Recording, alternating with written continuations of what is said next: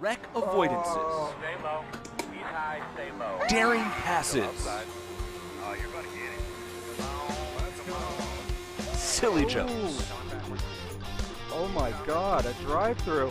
the thrill of victory, They're in the wall. Good one, Mark. Stay low. and the occasional mishap. My sim crashed. This is the DMLC Racing Channel. A new beginning with familiar faces. For the first time, Lionheart is going back to its roots. 18 races to determine who is the best and the most exciting form of auto racing on the planet. 200-mile-an-hour Indy cars, inches from disaster or glory. There can only be one inaugural champion, whose name will be etched into the Lionheart history books. Find out next. The Lionheart Speedway Series, presented by DMLC Racing Channel, starts now.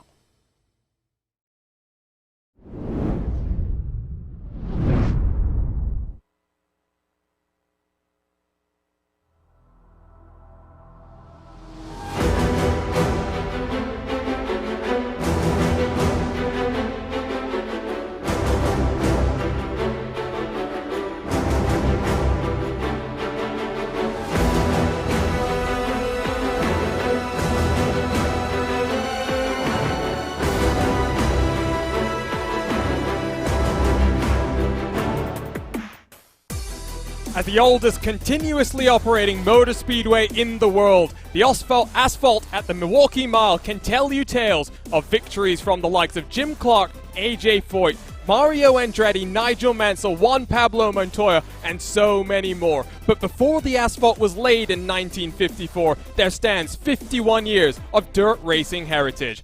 The Lionheart Racing Series, powered by HyperX, heads then to the Wisconsin State Fair Park to continue writing its own history in the inaugural Lionheart Speedway Series. After Dean Moll's thrilling victory at Motegi to get underway, it was Alexis Newsom taking her first victory in a fuel-save race at the Texas Motor Speedway. Can a third rookie then take victory here in the DMLC Racing Channel Milwaukee 175? Hello and welcome back to RaceBot TV and continued coverage of the Lionheart Racing Series, powered by HyperX, makers of premier gaming gear like the legendary ultra-comfortable Cloud line of gaming headsets. Whatever you play, however you play, HyperX knows we're all gamers.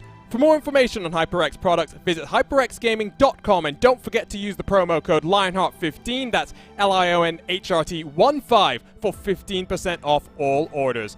My name is Arjuna Kankipati. Alongside in the commentary booth, as always, is Justin Prince. TV cameras provided to us by Istvan Ballo and TrackCams22.com, with additional car cameras provided by RaceBot's own Tyler Maxson. You can follow along with live timing and scoring, powered by our partners at timing71.org, by visiting the link at racebot.wtf/Indy.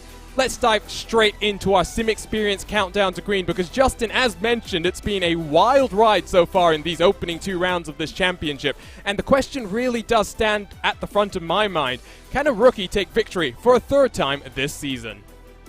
There is a chance here, especially when it comes to this track, and the potential for unpredictability when it comes to the Milwaukee Mile, because you never know when there's an incident around the corner when it comes to short track racing, and especially with how eventful some of the battles have been for both the race leads and in the heart of the pack throughout this season.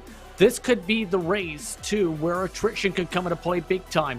So keep an eye on that mid-pack as drivers fight along throughout the day today. It's expected to be a wild one. And we're only 1 week away from getting to the first of our Triple Crown races. No double points, but I'm sure that will take some additional intrigue as we head to Homestead, Miami, the traditional season opener in both the Lionheart IndyCar and Retro Series. But here we are, Justin, and after just 2 rounds, it is Tony Schowen that still leads in these driver standings, presented by the DMLC Racing Channel, but it is very close. Dean Moll still up there in second place, and once more, you see a championship that seems to be dominated by rookies, because especially in this one, there are a lot of new blood to the Lionheart Racing Series. A lot of them gaining tons of experience throughout this campaign, and they've been showing their good speed throughout the first couple races this season. For Newsom, remember, qualified well, dropped back in the first race, picked up that speed for sure at Texas to be able to come away with the checker flag and put himself in that position to be able to battle for said checker flag. So at this point, I can see a lot of shuffling from this race onward, though, because many of the drivers are going to be challenged today with the differences on how you race the Milwaukee Mile compared to, say, Texas or the other races on the calendar. And we did go to the Legacy Texas as well. It did produce a thrilling race, not just on strategy, but in terms of the wheel-to-wheel action instead. Now let's take a look at these team standings presented by HyperX. Adrenaline Motorsports with a very healthy 60-point advantage at this point, Justin, but it's a long season, and I would not be surprised to see this one mix up as we head through in towards December and the run towards Auto Club. For some of the teams in the mid-pack, though, it's time to start getting a little bit of consistency together if you want to fight for the team championship, because it's still early on. You never know what's going to happen, especially in these early stages, but so far, a lot of unpredictability. So we'll have to see how things fare out today, because the strategy is looking towards the direction for the unpredictability. That being said, Adrenaline Motorsports has been very consistent on all fronts so far this season in Lionheart action. Yeah, they have. In IndyCar action, they've been very, very consistent as well. But let's take a look at these rookie standings presented by Butt Kicker. And we saw a lot of them in the top 10. I think it was 6 in total. You'll see 104 points all the way back to 53, where Alexander Van der Sant, who really impressed on debut at Homestead, struggled last time out at Texas. Really, any one of these names, Justin, that we see up on screen has been one to watch so far this season, and we're still in the very early stages. A lot of these drivers getting familiar with Lionheart and racing under its rules and regulations. And that's very important, too, to be able to gain that experience against your fellow competitors, and that's why, in part, they want to race in a series like this, where with the Dallara DW12, it allows the opportunity to show your skill where you have to essentially use your feet as the way to drive around the track, and these rookies have shown that throughout this campaign. It's no surprise, too, that it just so happens that a majority of the drivers in the top 10 of the rookie standings are some of the quickest drivers here for today's race. They've been very lightning quick throughout the practice races and throughout final warm-ups. They should be the same in race trim. And so with that said, nice little segue over into our series details presented by Minus 273, the premier name in karting gloves. Their industry-leading gloves are super lightweight and durable, made of breathable poly spandex. Whether you're a kart or a sim racer, Minus 273 gives you the control to reach victory lane. For more information on Minus 273's full line of gloves and apparel, visit minus273.biz, and don't forget to also use the promo code Minus 273 LHRS15 for 15% off all orders. And Justin, you mentioned it just a few moments ago, one of the keys to this series, custom fixed setup. But unlike in the Lionheart IndyCar series with the Dallara IR18 chassis, with this DW12, no in-car tools are available to the drivers, so it's all about their feet and how the drivers actually cope with dirty air. Absolutely, and several of the drivers have been having those challenges in preparation for tonight where they've been trying to spread apart. There's a lot of space, keep in mind, around this racetrack, up to 5 groups with these competitors. It's going to be challenging for some of these drivers, too, to be able to utilize their feet to properly get passes done cleanly here at the Milwaukee Mile. And keep in mind, this is all as well to gain momentum for the start of that Triple Crown, as we talked about, especially with Homestead coming up. It's going to be an intriguing next couple of races, to say the very least, to see who can break away from the rest of the pack, not just from the dirty air, but as well in the standings. It'll be cool as well to see, especially in that Homestead race, how it compares to the new IR18. Here are the event details, and just like the last time out when we saw Lexus Newsom taking victory, this is a track that in the DW12 over the years in the Lionheart Racing Series powered by HyperX, Justin, 4 different race winners in 4 races. So it's not one that any single driver has been able to consistently come back and dominate, if you will, but it's a race that pole is a bit more important than it has been in the past. Pole has taken victory 6 out of the 7 races here. Excuse me, that seems to be a little bit of a miscommunication. Race has been won by the pole sitter twice, and the DW12 days, we're not going to include the Lionheart IndyCar Series counts in this one today. Yes, indeed, and it's the type of race that has also produced no 2-time winners, but as well has produced various different drivers in terms of caution flags. The most 9, that was back in Season 4. Joe Branch came away with the checker flag 2 times. But when it comes to the Milwaukee Mile, keep in mind this racetrack, 9.25 degrees of banking in the turns around this 1-mile circuit, 2.25 degrees down the straightaways. or the 4 corners around here at the Milwaukee Mile. Lots of speed carried into the corners, upwards of 180 miles an hour. Drivers will have to roll all the way down to 157 miles an hour by the apex to corner exit to make it around this corner and make it away around the racetrack properly, especially with the bumps. And like mentioned at the start, a track with so much history dating back to all the way back in 1903. The track only got paved in 1954, and since then has been a home and a staple for so many open wheel competitions. Justin, what are you expecting here as we work through the final couple of minutes in practice here? Solo car qualifying about to get underway. I do think we will see cars able to take multiple lines, but qualifying, I think, is going to be crucial, and I have a feeling that strategy, just like it was at Texas, is going to be very, very vital to making sure you don't get caught out like we saw a couple of cars get caught out. I think strategy is definitely going to be the name of the game, in part if you don't have the track position early on, because when it comes to especially short track racing with open wheel racing, it can be difficult to make your way through the pack, especially with that dirty air. So I expect drivers to really emphasize qualifying and getting good hot lap speed to make sure they're up at the front. Outside of that, keep in mind that if there's early trouble, fuel could be a big talking point, as it is expected to be 53 to 54 laps on the stints today, expected to be a 3-stopper, and early caution flag can make things very interesting in a similar fashion to Texas.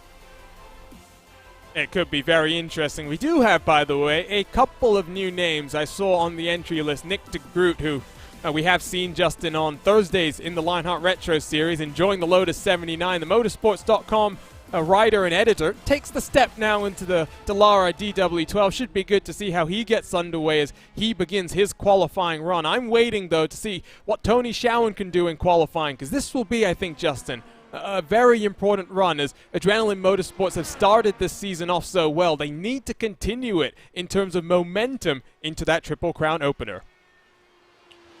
And we talked about how difficult it's expected for some of these drivers to make their way through. Keep in mind the pace in the 21 7s and 8s.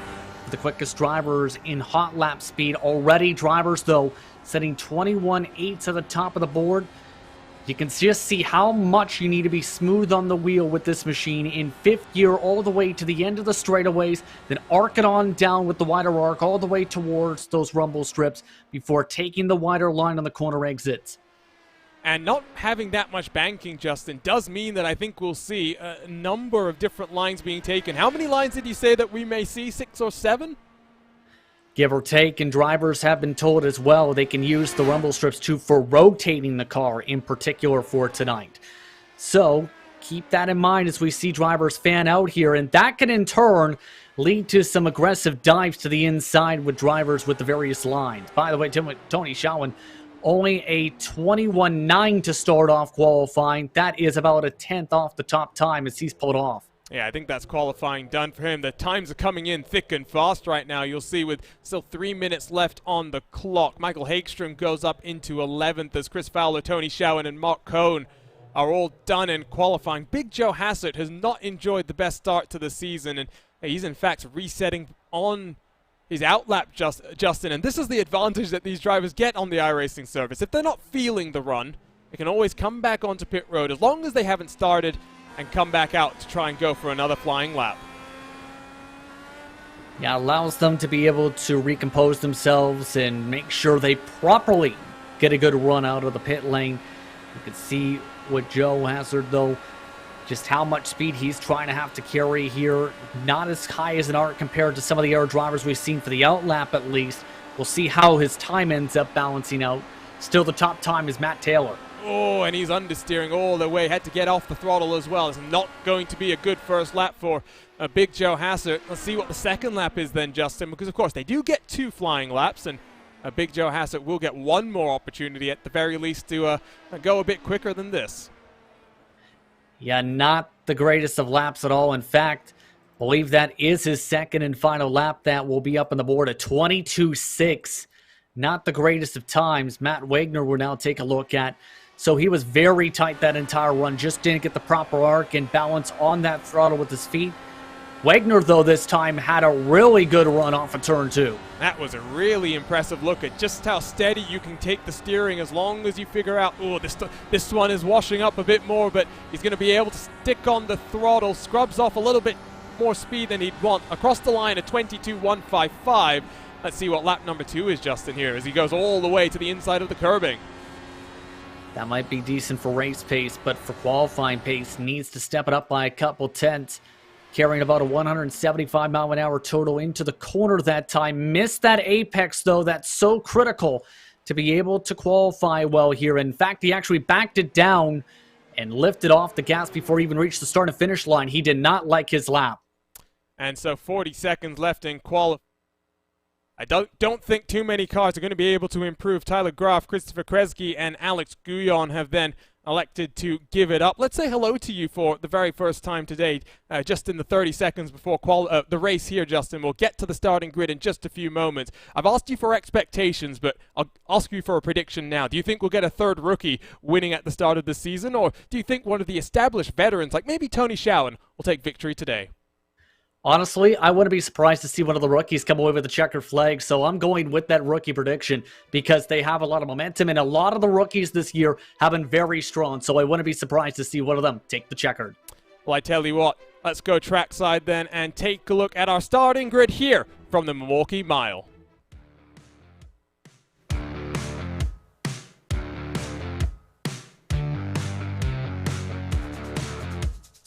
And so here is your butt kicker starting grid. It is Matt Taylor for Team Race First Red that takes pole position with a 21.856. Very impressive to have the Race First team up on the front row. Alongside, though, Adrenaline Motorsports, they look to continue their good start to this campaign. Chris Stouffer, Indiana's own, will line up on the outside there. Nick DeGroot, on debut in this series, slots it to the inside of row 2. Paul Jenkins on the outside on row 2. Alexis Newsom, winner last time out, starts on the inside of row 3. AJ Musselman will round out that row of the grid. Chris Fowler in 7th. Tony Schowen, championship leader, will start on the outside of row number 4 with Ken Hacker and Mark Cohen on the edge of the top 10. Alexander Van der Sette lines up in 11th position with the number 97 Dallara DW12. To his outside, Vern Hawkins in the number 25.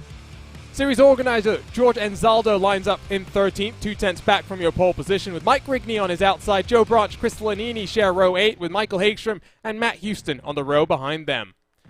Luis Gonzalez Nunez in 19th alongside Matt Wagner in the number 3 car.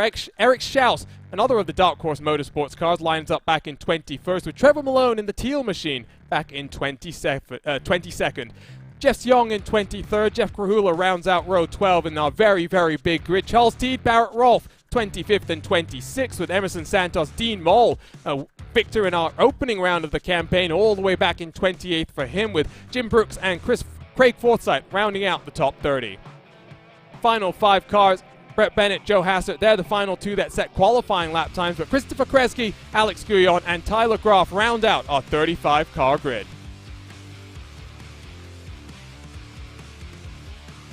You can see the cars are about to get underway on their pacing lap. We have a number of onboard looks to get to, so let's quickly cycle our way through them if we can. First up, it is winner last time out, Alexis Newsom. She has the HyperX onboard camera. Whatever you play, however you play, HyperX knows we're all gamers, and HyperX is always ready to game. Big Joe Hassert has the Graphics Esports onboard camera. Graphics Esports, world-class design from the real world to virtual. Visit graphicsesports.com.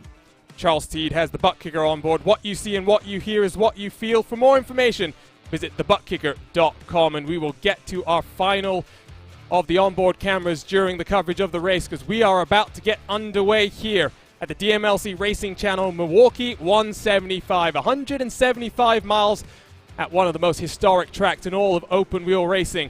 And it will be Matt Taylor to lead us to the green flag, Chris Stouffer alongside for what should be an exciting race here in the Lionheart Racing Series powered by HyperX. I think we might actually get one more pace lap here. It is an interesting pit exit. No, we do not. It will be green, and instantly Taylor takes us to the green flag here at the DMLC Racing Channel, Milwaukee 175, as we see 2 wide action for 3rd, 4th, 5th, and 6th. Justin, is already cars going below the apron. Several of them trying to get themselves straightened out and single filed out at this moment. But the first side-by-side, it looks like, Involving Newsom and company trying to utilize that bottom line. Several drivers fanning out. But a great start, though, for Taylor and Stouffer, already up by a couple car lengths apiece for the rest of the pack. Yeah, that's exactly what they would have wanted. You can see separation across the top 5 up to 1.2 seconds. Great little angle here, almost from the spotter's angle. And you'll see here, I think, just how difficult it is for cars to actually try and get passes done. As you see through turn 3 and 4, it's side by side between Mark Cohn and Chris Fowler.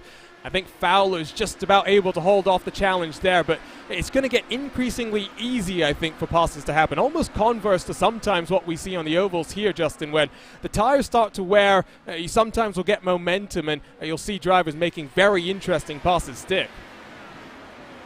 Yeah, you're already seeing very interesting lines with drivers being able to dive it in particular to the inside, and that's forcing drivers way up towards the marbles here. Take, for example, Matt Houston side by side right now with the 28 machine of Joe Branch. So these are the best ways that drivers here at Milwaukee are just able to make passes. It can take you a couple laps to be able to set it up, but once you're able to complete it, in particular in 3 and 4, it's clear sailing usually from there. But from what we've seen, the drivers are being able to defend very well so far in some of these fights. Yeah, no, this is interesting. You see Krahula looks to the inside. I think that's on Wagner and Barrett Rolfe, former GT Academy finalist. As here comes Luis Gonzalez Nunez. Great run from Nunez as he'll look to the inside, Justin. This is on the edge of the top 20. You are finding that basically the top 15 are very much single file, and that this is where you find a lot of the action, basically where dirty air is proving to be more of an issue, as Rolfe almost takes them 3 wide for a moment.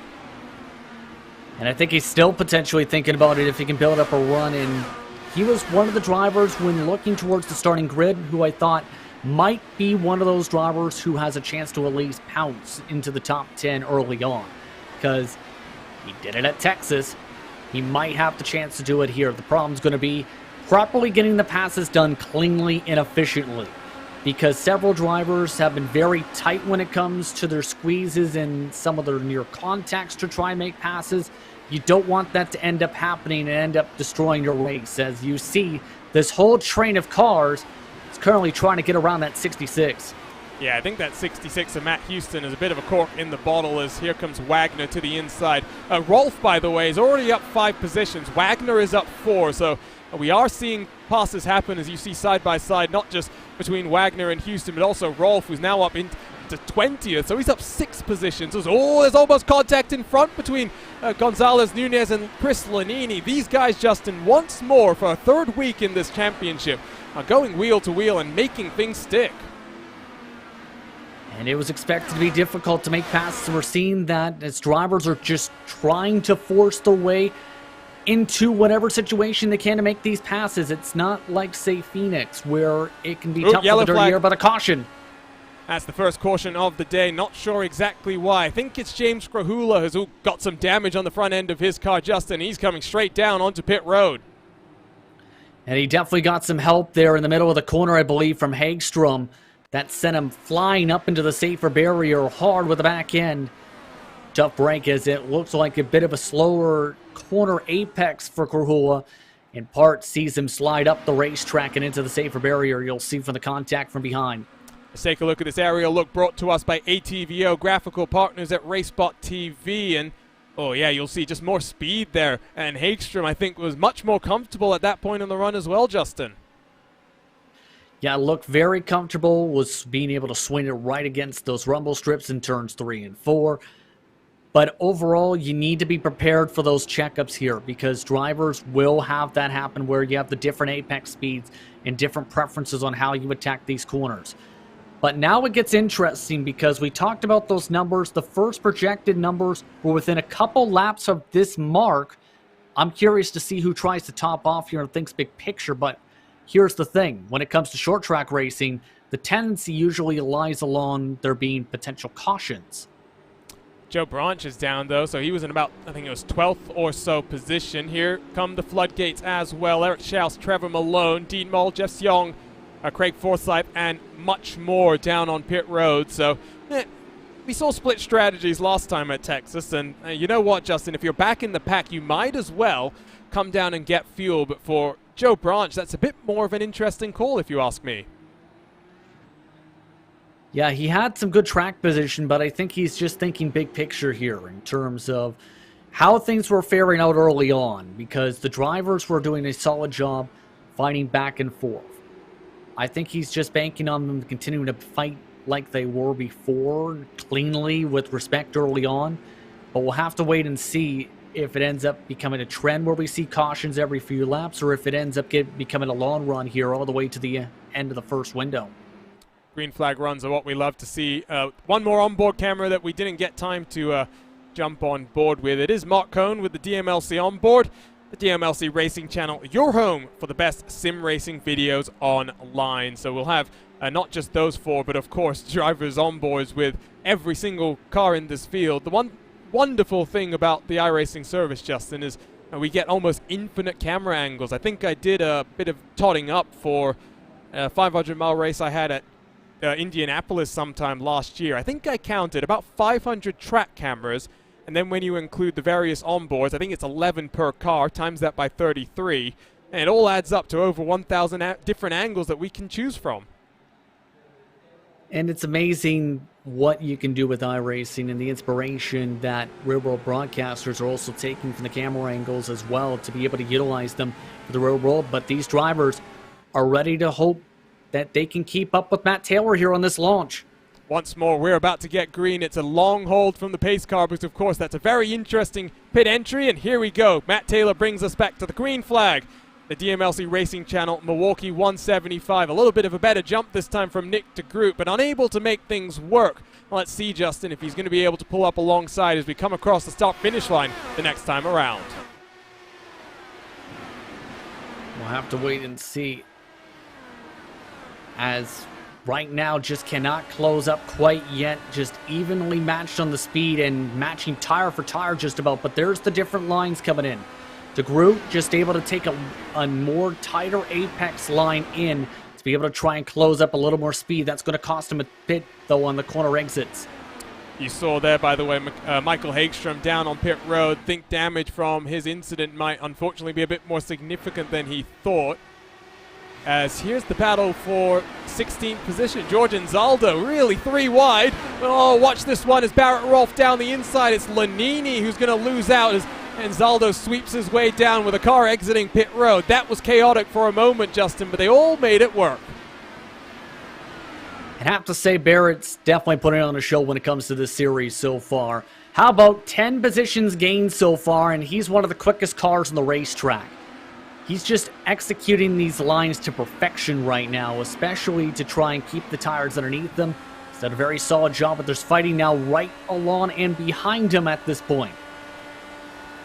Luis Gonzalez Nunez has just gotten past George Anzaldo, so he slots his way into 18th position. Anzaldo is down to 19th. Out front, it's once more a bit more single file. You have to go back to the edge of the top 10 to really find a car. It's only 1/10 behind Justin. Let's jump on board with Van der Sant here and see what this is like through 3 and 4, all the way in the dirty air. He's trying to come down to the inside, but you can see the car is washing up, and oh, he just about keeps it out of the wall. Now, this aero wash is also going to be a major factor all day, because the aero wash essentially makes you tight coming off these corners. But if you're able to manage that throttle well enough, you can counteract it a little bit. That time, you've seen the push from Chris Fowler in particular nearly open up the door for Van der Sant to attack. The problem is he's getting that aero wash at the other end of the speedway, even more significant than what Chris Fowler is in some circumstances. Opens the door for Vern Hawkins, who gets very close, but fed that dirty air.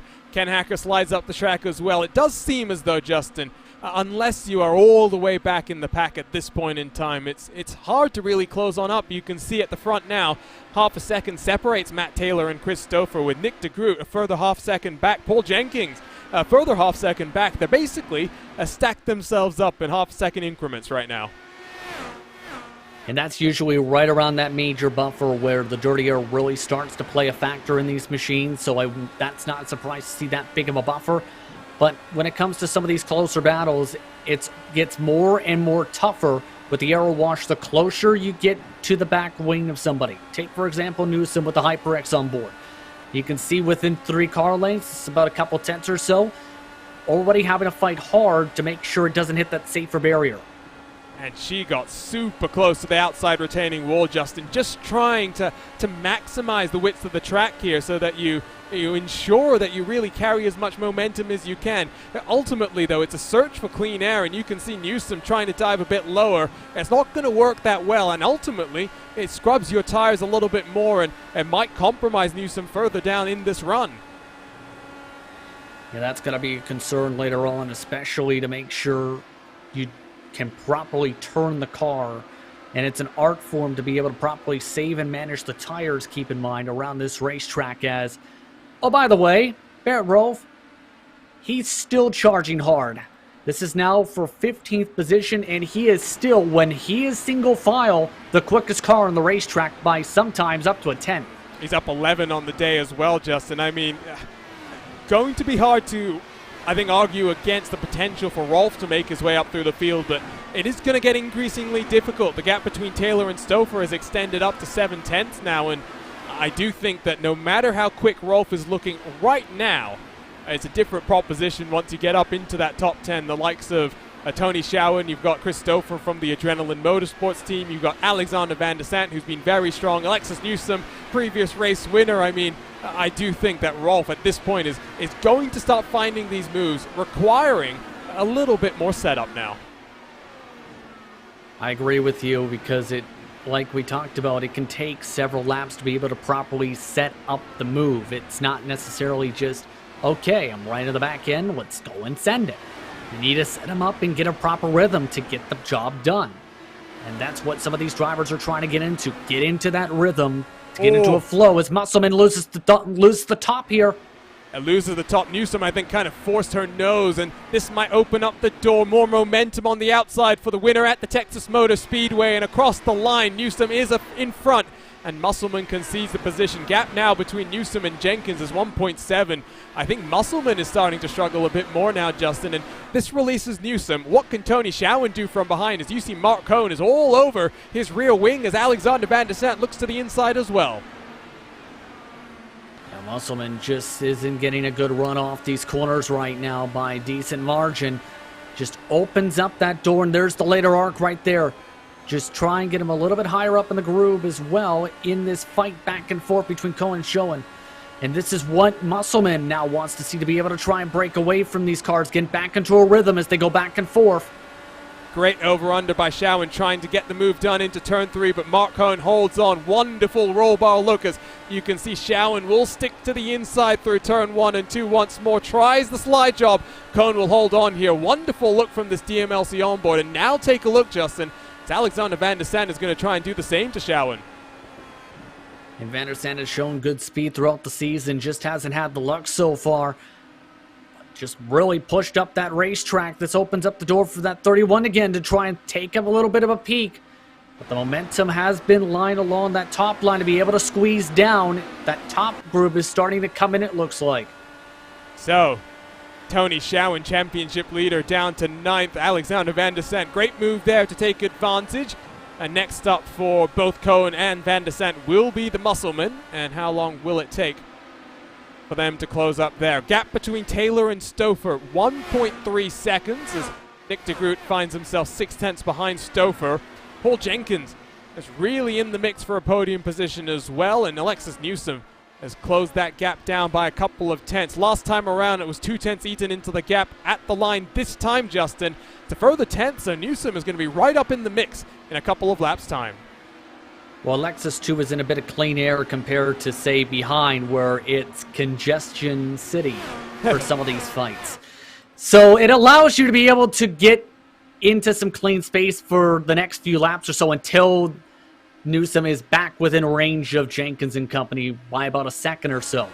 That's where I think the pace is going to even out a little bit, and it's going to become that much more harder. By the way, Barrett Rolfe, he's making things look easy with the up and unders in these corner exits to be able to get the runs off the straight into the straightaways. And these guys really are going wheel to wheel. I mean, corner entry speeds in excess of 240 clicks.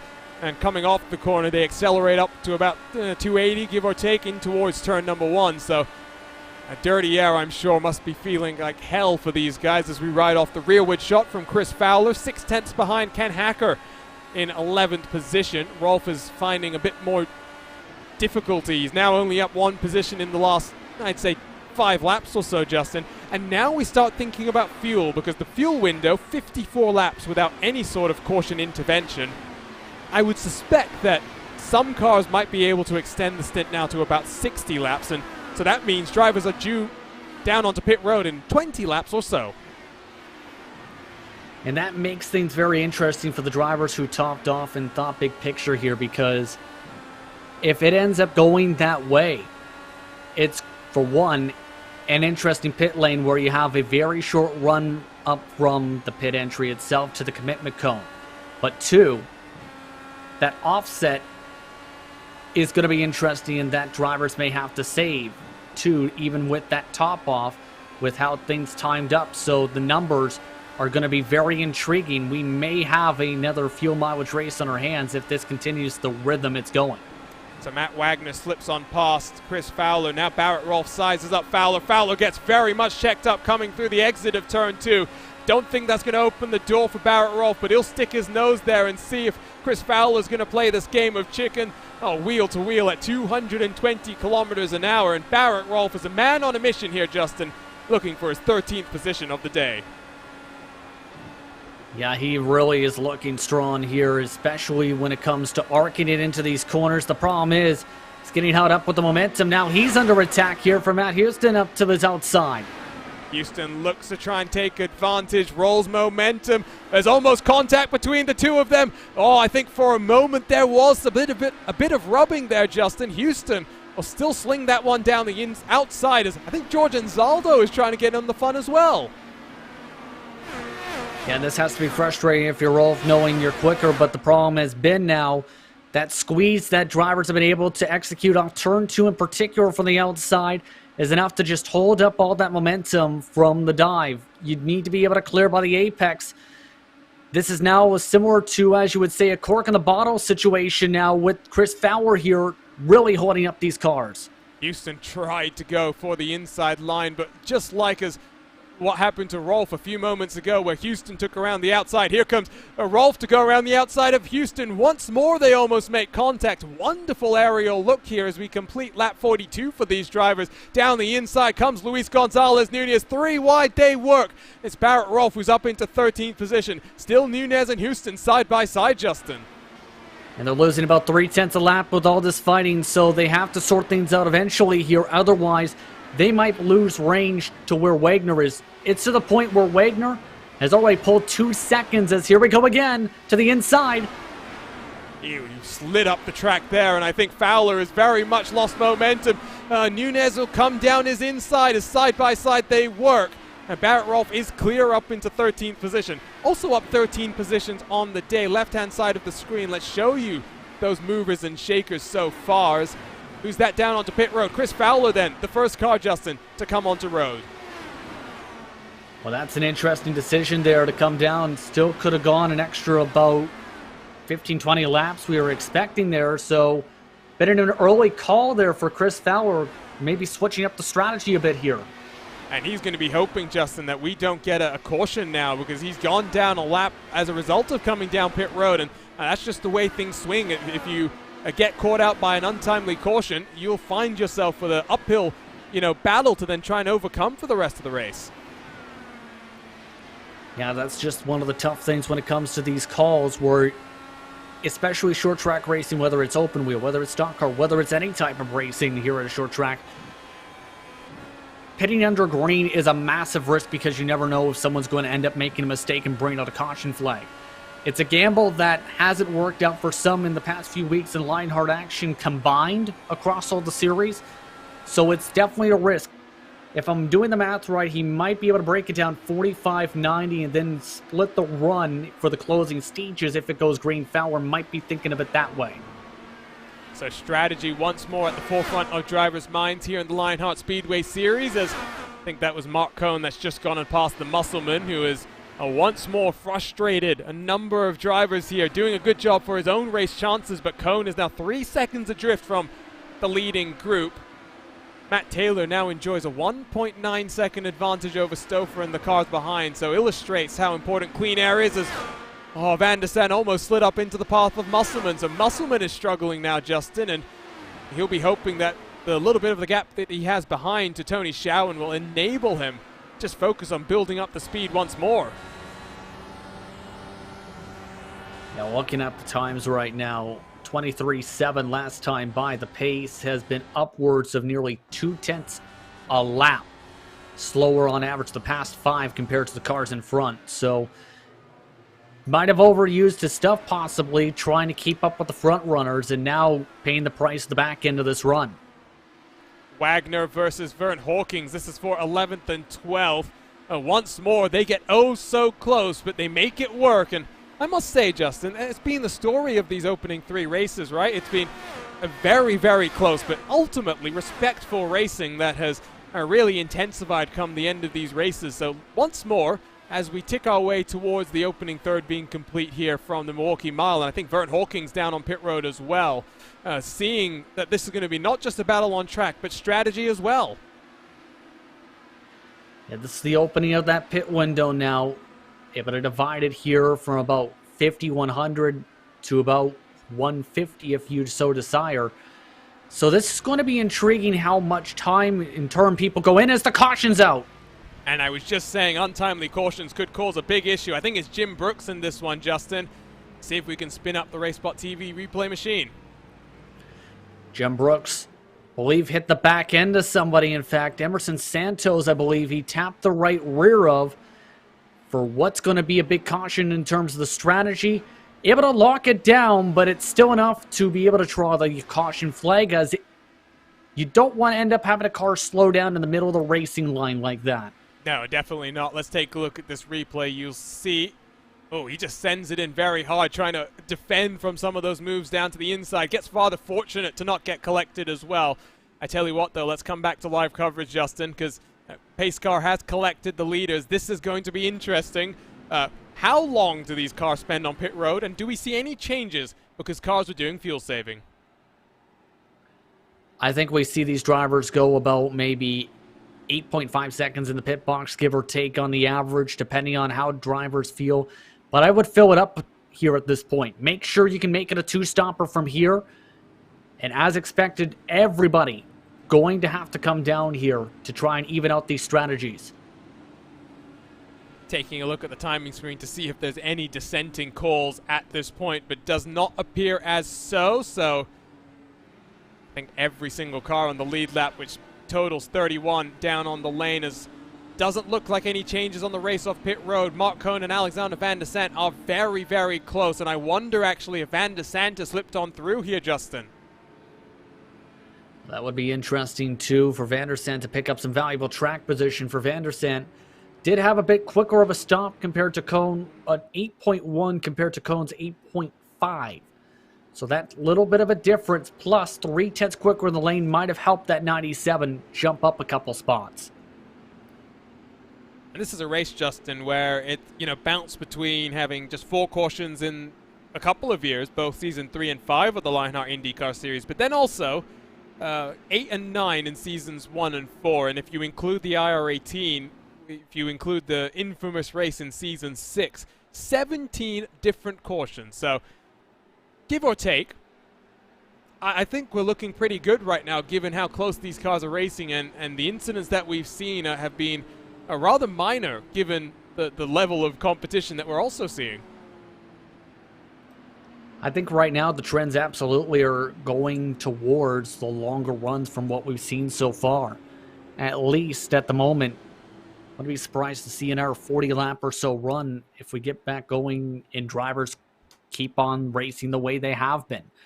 But the main thing they have to keep in mind once more is it's still a 2-stopper from here. Simple as that.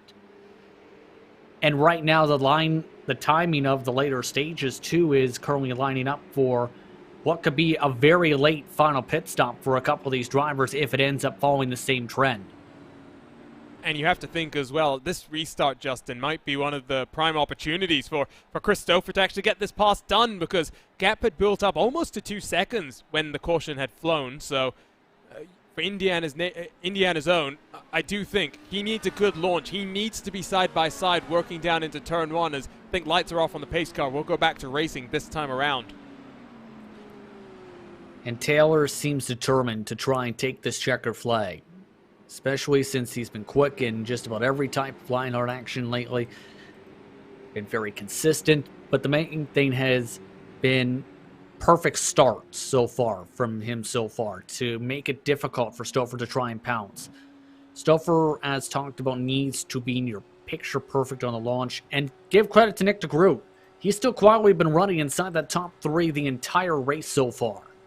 Yeah, no, I mean, for his debut on the day in the series, I mean, it's great. I mean, qualified up front, staying up front as well, but pace car down onto the safety of pit road once more. Green flag in the hand of Barney, the flagman. It's going to be once more a very early jump from Taylor. Stouffer is not ready for it. DeGroot was. He's close to Stouffer. Can he get into the inside into turn 1? He thinks about it, but then thinks better of it as, caution's back out already. I think Emerson Takashima has been mixed up in something here, Justin. Let's see if we can pick up the RaceSpot TV replay.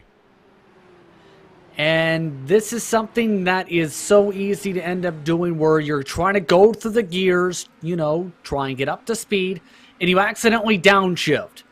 It almost looked like that was the case here, that or a massive bit of tire spin. Keep an eye on right here. In first gear, trying to get through the gears, floors it up, hits the rev limiter, bye-bye race car. Oh, and hard damage to the rear end there as well. I think he's not actually come down onto pit road. Excuse me, Emerson Santos. My timing screen is giving me 2 different names for him, Justin. So, nevertheless, end result is significant damage to the rear end there. Yeah, no back wing. That's going to be a significant amount of time in the lane, too. A bit of chassis damage, I believe, as well to the right rear. But it's something you can do easily here. And with this type of car where you're trying to mat it to the gas, and as soon as you hit that rev too quick, it just spins you around all the way around like that. Well, so, caution then very much back out in quick order. No cars expected to come down onto pit road. Third caution of the day then, here from the Milwaukee Mile.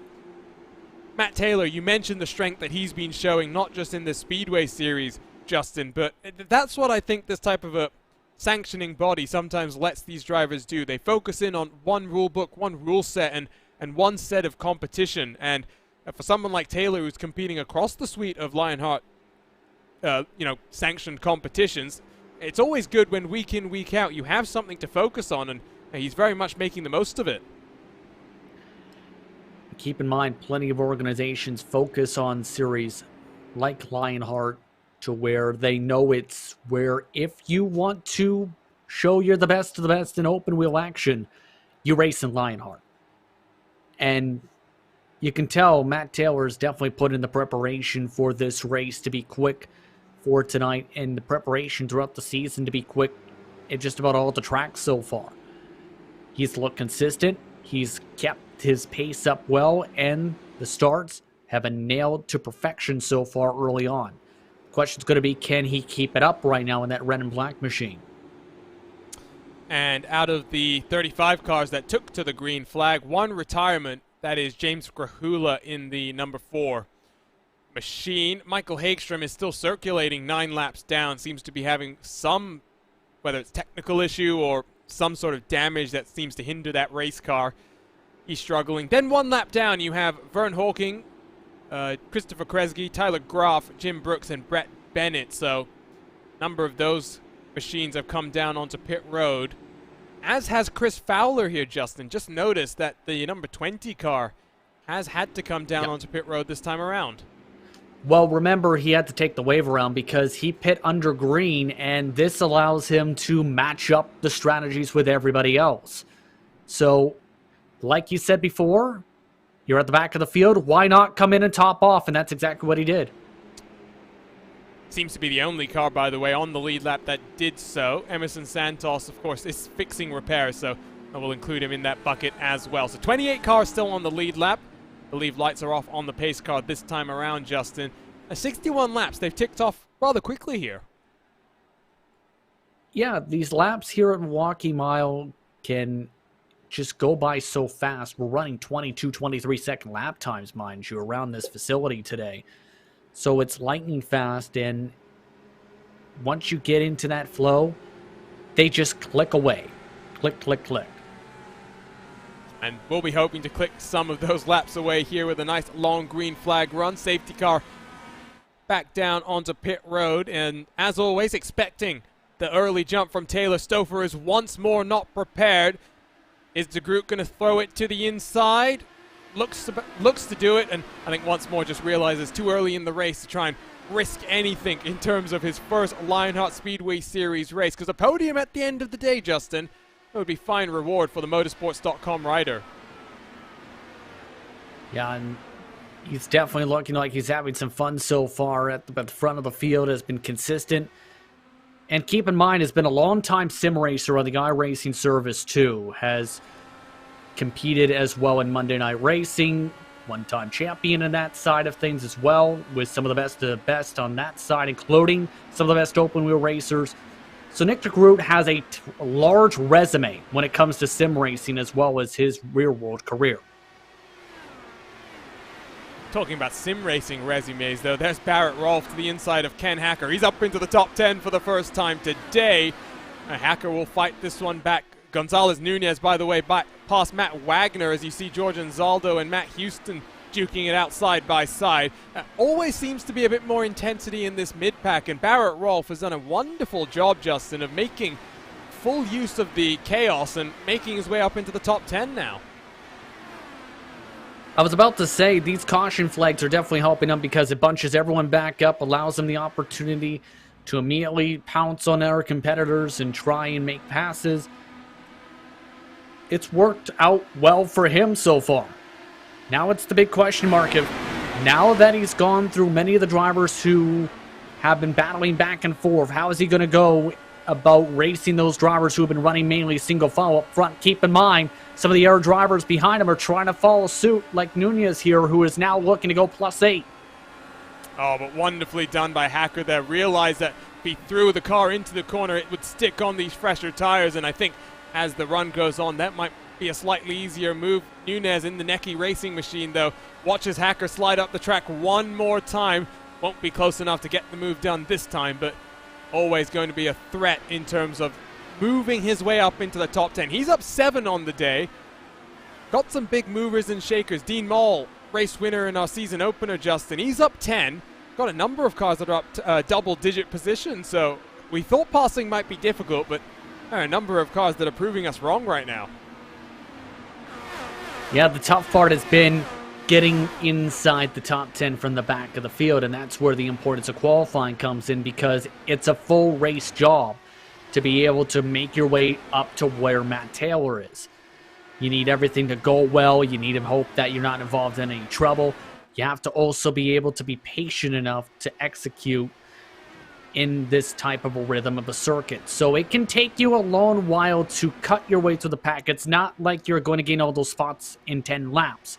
It's going to take you essentially 2/3 to a full race to make it up front. By the way, now a quick pass for the 33 machine to get himself to 9th.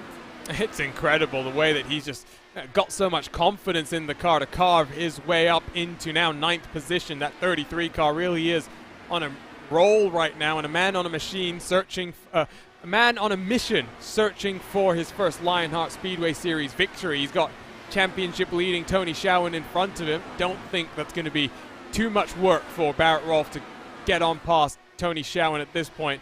Once more though, Justin, the gap out front has opened up, as you'll see as we jump on board with Chris Stouffer. The dirty air just seems to be a bit too much for Stouffer to deal with, and as you run through turn 1 and 2, the gap is extending every single lap basically. That's because of the clean air advantage again from Taylor to be able to properly rotate that car in the open space. As compare that to Stouffer, he's getting fed all of that dirty air line to line, and it's pushing him up an extra half a lane on corner exits, which essentially is where he's losing the time. So that's why essentially you want to find these clean air pockets if you can, because it helps you rotate.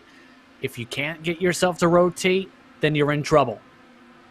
And Zaldo, by the way, around the outside of Matt Houston. So this battle on the edge of the top 10, it just intensifies in just the aggressiveness. Oh, that's Houston, I think, up into the wall. We're going to stay under green flag conditions here. No, we're not. lap 74. And we've got a couple of cars that have gone mixed up in this one. I think Big Joe Hassard as well. Oh, no. Chain reaction, Justin. Let's go ahead and take a look at this RaceBot TV replay. A big hit there for that black and red machine. Just a bit of contact on the send. You're 3 wide to the left rear, then comes down the track. And is that Joe? I'm almost 100% sure that's Joe Hassard. That's for, I think, a third consecutive week, going to end this race with minimal points. Let's spool it back slightly further and jump on board with Hassard, because he did have one of our onboard looks. And not sure that's what Graphics Esports were hoping for, but Justin, let's walk through this one, and nothing really that Hassard could do here. Especially when you have a driver bounce off the outside wall and let it roll down the track into the racing line. He is not going to be happy, to say the very least, because, well, there is nowhere for him to go. You do not expect that to happen in front of you. And it can be absolutely frustrating when it does. Split strategy. De Groot stays out. Who else follows him? Alexis Newsom, who won on strategy last time at Texas. But Matt Taylor, Chris Stouffer, they're down on pit road. Mark Cohn stays out as well, Justin. This is very, very interesting. And this is now similar to what we've seen in some of these races. Track position gambles to try and hope that you get a caution flag before you have to come down under green. I don't know if this is going to play out that way or not, though, with what we've seen. I think these drivers are hoping the intensity level really picks up here. Everybody else, though, who just ducked in can make it on a one-stopper from here. Fascinating. Oh, I love a strategy battle, Justin. And after what we saw last time with the rookie Alexis Newsom taking her first victory under a fuel-save race, the prospect of one more of these, it really does get my appetite up. But of course, you can't get too ahead of yourselves. Fourth caution of the day. We've now tied for the fewest cautions this race has seen, and haven't even reached the halfway point yet. This is going to be an intriguing race now. If this ends up going green, I will say that much, because you're having 2 stoppers versus 1 stoppers now.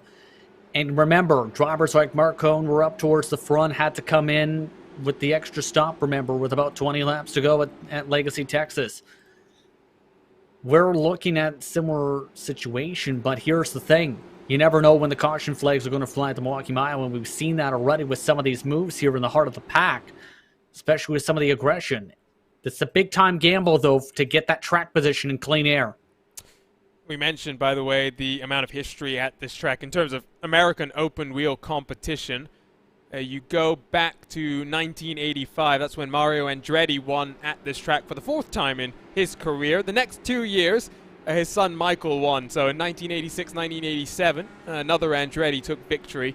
And it's one where all the greats have won. Jim Clark, AJ Foyt, of course the Andrettis, the Unzers have their own family heritage at this track. And then, of course, a certain Formula One champion called Nigel Mansell won at the Oval here en route to the kart championship. And then in 2000, another F1 driver, Juan Pablo Montoya, gave Toyota its first ever kart win. So I must say, Justin, it hasn't been the most enthralling race at the front, but you are seeing a lot of drivers' skill in terms of carving their ways through the field. And someone like Barrett Rolfe resets himself in 16th position now. This will be a fun restart. Yeah, that's going to be a true test to see how De Groot can hold on in the clean air, since it's so valuable. We've seen throughout the day as well. Newsom as well. I'm curious how she does up towards this front, but it's going to be interesting how the errors battle out through here. Keep in mind that you also have Santos mixed in this in 12th position, up 15 spots in the heart of this pack after the damage repair from before. So we got 9 cars at the front of your field who have not come down pit road. Santos is in 12th. Taylor and Stouffer separate him from the other cars on this split strategy. Does De Groot go as early? No, he does not. That forces Cohn to, I think, jump out of line. Bit more chaotic restart here as we fly our way down in through turn 1. The Muscleman. Oh, we've got a caution very early on. Chris Lanini here getting involved. It's coming out of turn 4 once more, Justin. And it's near a carbon copy of what happened before with Santos. Just as soon as he got to the top end of the first gear, It just spun hard left. This time it's with the front end instead of the back end. Take a look at this onboard one more time and we'll see. It's that jump from first into second, which seems... It's actually on that gear shift as well, Justin. The car just leaps forward and it unsettles the driver. And unfortunately, like you said, second time today, it's a mirror incident of what we saw before. And Lanini got harder contact to the wall compared to Santos. So that's going to be both sides, as well as the right side pod crushed in on Lanini. Still, though, this is going to be fun. What a shame, and he's going to actually go down a subsequent lap because you can see him entering pit box. Leaders across the start-finish line to put him one lap down. So working lap 81 out of 175 here, Justin. A fifth caution on the day, and to be fair, two of those cautions have been on the restarts. This driver's getting a bit caught out by the amount of power these Dallara DW12s have. And as talked about, it can be tricky to do that, especially in the corner, as we've seen. To get through the gears quickly and precisely, you need to essentially get towards the straight. It's the second time we've seen a driver in the back part of the field have that situation. So I think drivers are going to now have to be adapting in that mid-pack, especially to make sure they don't make that mistake again. Take that to note, because you don't want to end up being the third person to cause the caution in that situation. You definitely don't want to have that same thing happen to you. I wonder if there's going to be some communication between the drivers. Just a reminder, by the way, while we work through this fifth caution on the day, you want more esports action, plenty of accounts to then go ahead and follow. First up, the Lionheart series. For all news and information on the 3 competitions run by the Lionheart sanctioning body, you can head to Facebook, Twitter and Instagram to keep up to date with the latest from the social media team there. Then ESTV, where we're delighted to be broadcasting these races on their connected TV platform after each race. You can follow them at CoESTV on Twitter and ESTV.co on Facebook and Instagram. And of course, our RaceBot TV for all your sim racing coverage. YouTube, Twitter, Facebook, Twitch and Instagram at RaceBot TV. And if you're not already subscribed to us on YouTube, you can hit the red button and the bell next to it to get notified every single time we go live with a great sim racing series we get to cover. So, at least one more lap under safety car here, Justin. And let's talk about this Dallara DW12. We said it at the start of the show, right off the bat. No in-car tools, it means it's all about the drivers. And now with 9 drivers on older tires, it's going to be very interesting how they respond when the likes of Taylor and Stouffer make their way past and feed them all of that dirty air. I was noticing there was a good portion of fall off for a couple different drivers by a couple tenths or so, so that difference may start to settle in about 10-15 laps or so, that difference. But overall, it takes a lot of talent to be able to drive this machine, to be able to properly rotate in the corners with it, and we've seen that all race long so far. I think, though, it's going to be tough for Matt Taylor to be able to pass all these cars, and it's going to be important to think big picture now in this situation. Well, the big picture is we are inching our way towards the halfway point. 5th caution of the day here at the DMLC Racing Channel Milwaukee 175. Pace car back down onto the relative safety of pit road in just a few moments' time. The question now is, how long does Nick de Groot wait? No wait this time. Much easier jump for him down in towards turn number 1. He'll be hoping that we stay green as the field flies their way down through turn 1. But this time around, Justin, much better start for Nick de Groot. Look at this here, though. Matt Wagner on back, 7th place, starting to get a bit more hectic here. Some of these drivers looking towards the inside and trying to build up runs, but the tough part's going to get to being side by side for said runs. Just got to be able to wait more patiently. Just get into that proper rhythm and wait for the hole like that to open up. Stouffer tried to cut a bit of the apron, but no dice that time around. Taylor with the momentum down in towards the turn 3, slightly higher up the track. He runs, trying to do the over-under on Alex Gouillon. This is going to work for him very nicely, Justin. The question now becomes, how does Eric Schaus feed some dirty air to Matt Taylor? And you can see that dirty air just enough to be able to force him to lift a little bit. But Guyon is just right now nearly up in those marbles at the moment. So this is allowing Taylor that opportunity to be able to rotate. Just a matter of needing to get clear on the corner exit just like that. And Stouffer will follow him through. So these are the cars on the fresh tires trying to cut their way through the fields. Not as easy as we thought. Stouffer sends it deep, just trying to use the tires and lean on them while he can to get up into 10th position. Out front, by the way, Newsom and De Groot have scampered away very slightly here. 3/10 separating those two drivers. 1.1 seconds further back to Mark Cohn now, Justin, who finds some lap traffic in between him and the front two contenders.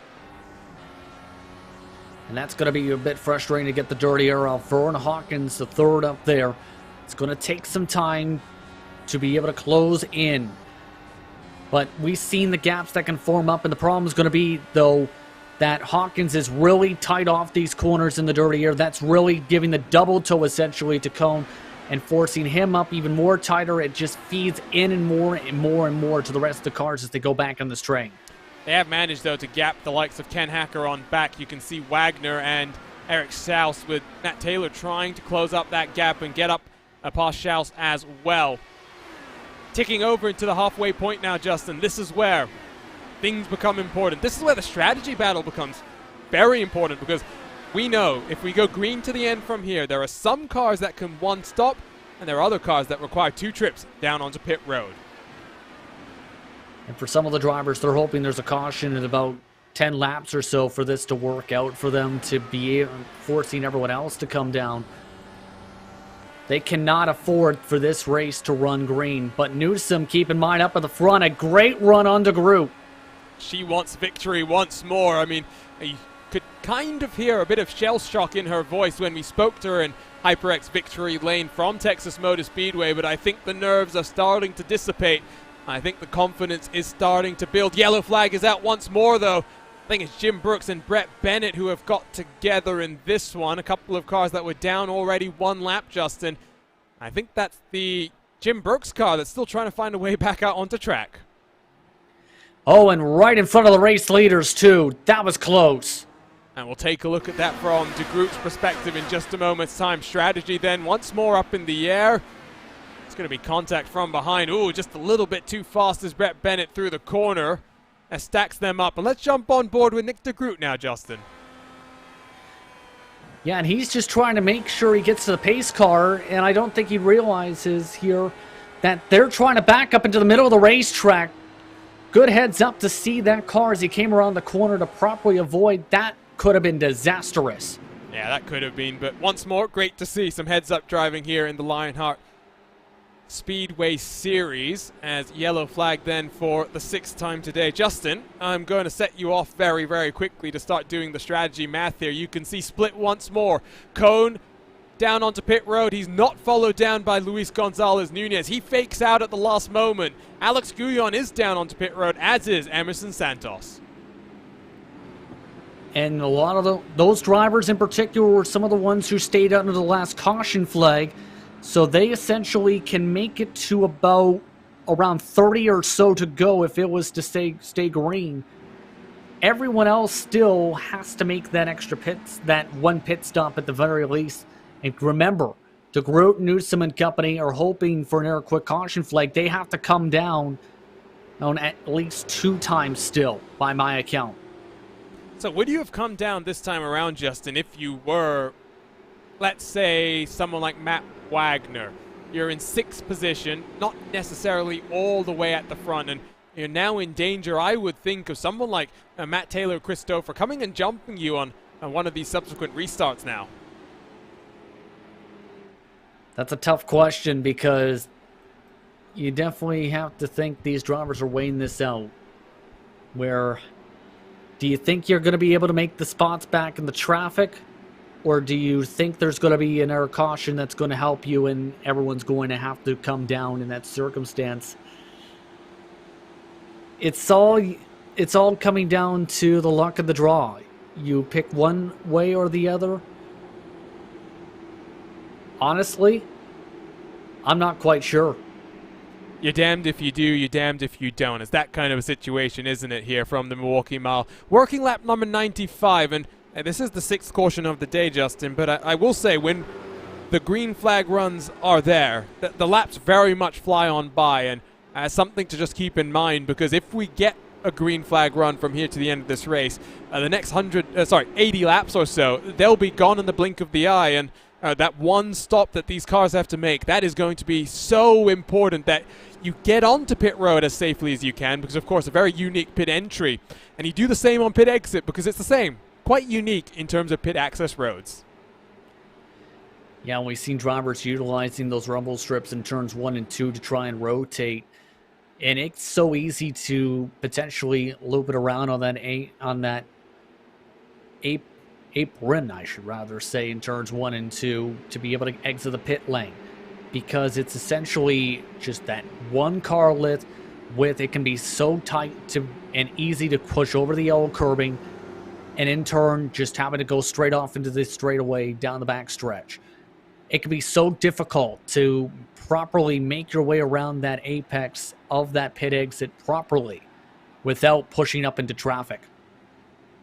Someone needs to tell Nick DeGroot, by the way, that just because this is the sim, you should be careful about how close he gets to the iRacing.com pace car, making its way back down onto the pit road. Then after the 6th caution of the day, we will resume racing on lap 97 out of 175. We've now just got 7 cars at the front of your field on this split strategy as we get back underway here at the DMLC Racing Channel, Milwaukee 175 once more. A very impressive launch for Nick DeGroot, who has figured out the timings. Side by side they work as Matt Wagner, Eric Schaus. This will open the door, I think, for Matt Taylor as well, Justin. And Taylor just needs to try and get towards that grouping right now, as look at that send. How about 3 wide just about off the corner? Wagner and Hacker are side by side in front. Schaus and Taylor side by side behind. If I'm Matt Taylor, I'm starting to get very excited here. Jump on board with this driver, Justin. Get past 1. He's going to get past 2 now as well. Oh, and it's going to be tight with Tyler Graff now to make it 3 wide, and had to let off with the squeeze. Still 3 wide, though, exiting the corner. They somehow make it work. I think Taylor will scramble on past Eric Schaus, still on board, as side by side between the 26 car. Oh, almost contact with Tyler Graff. And of course, Justin, that is lap traffic right now. Yeah, that's extremely frustrating. Just a bit of a different apex line, tighter on the apex that time from Graff. That's now really started to hold up these machines. And look at this, Chris Stouffer now looking to take advantage. Indiana's own trying to roll momentum up on that high line. Wagner is very tight. Taylor, very tight on the inside, and Stouffer around the outside up into 8th. Has to hold on for now, though. Looks back to the outside line, trying to get around Eric Schaus, but over-under will have to try and be attempted down into turn 1. Oh, it's exciting stuff, and Barrett Rolfe once more, Justin, is rocketing his way up through the field. It's exactly what he wants to see when it comes to this net strategy, to say the very least right now. Van der Sande as well. But for Matt Taylor, this is not what he wanted whatsoever, because you need to pick these lines proper as well as getting that rhythm too. The lines just haven't been working his ways. Here he comes. Here comes Rolfe now behind him. Rolfe, I think, is just trying to find a lane to go to. Van der Sande has the inside. Can he slide up into the path of Matt Taylor? Yes, he can. Holds the inside on the run down into turn 3. Barrett Rolfe, it's a rather good view of some incredible action. Stouffer feeds the dirty air back to Van der Sande. That helps Taylor to get back his position. Rolfe is now going to get to the inside of Van der Sande here, Justin. This is all crazy, and it's all about just jockeying for position and making the move when you can.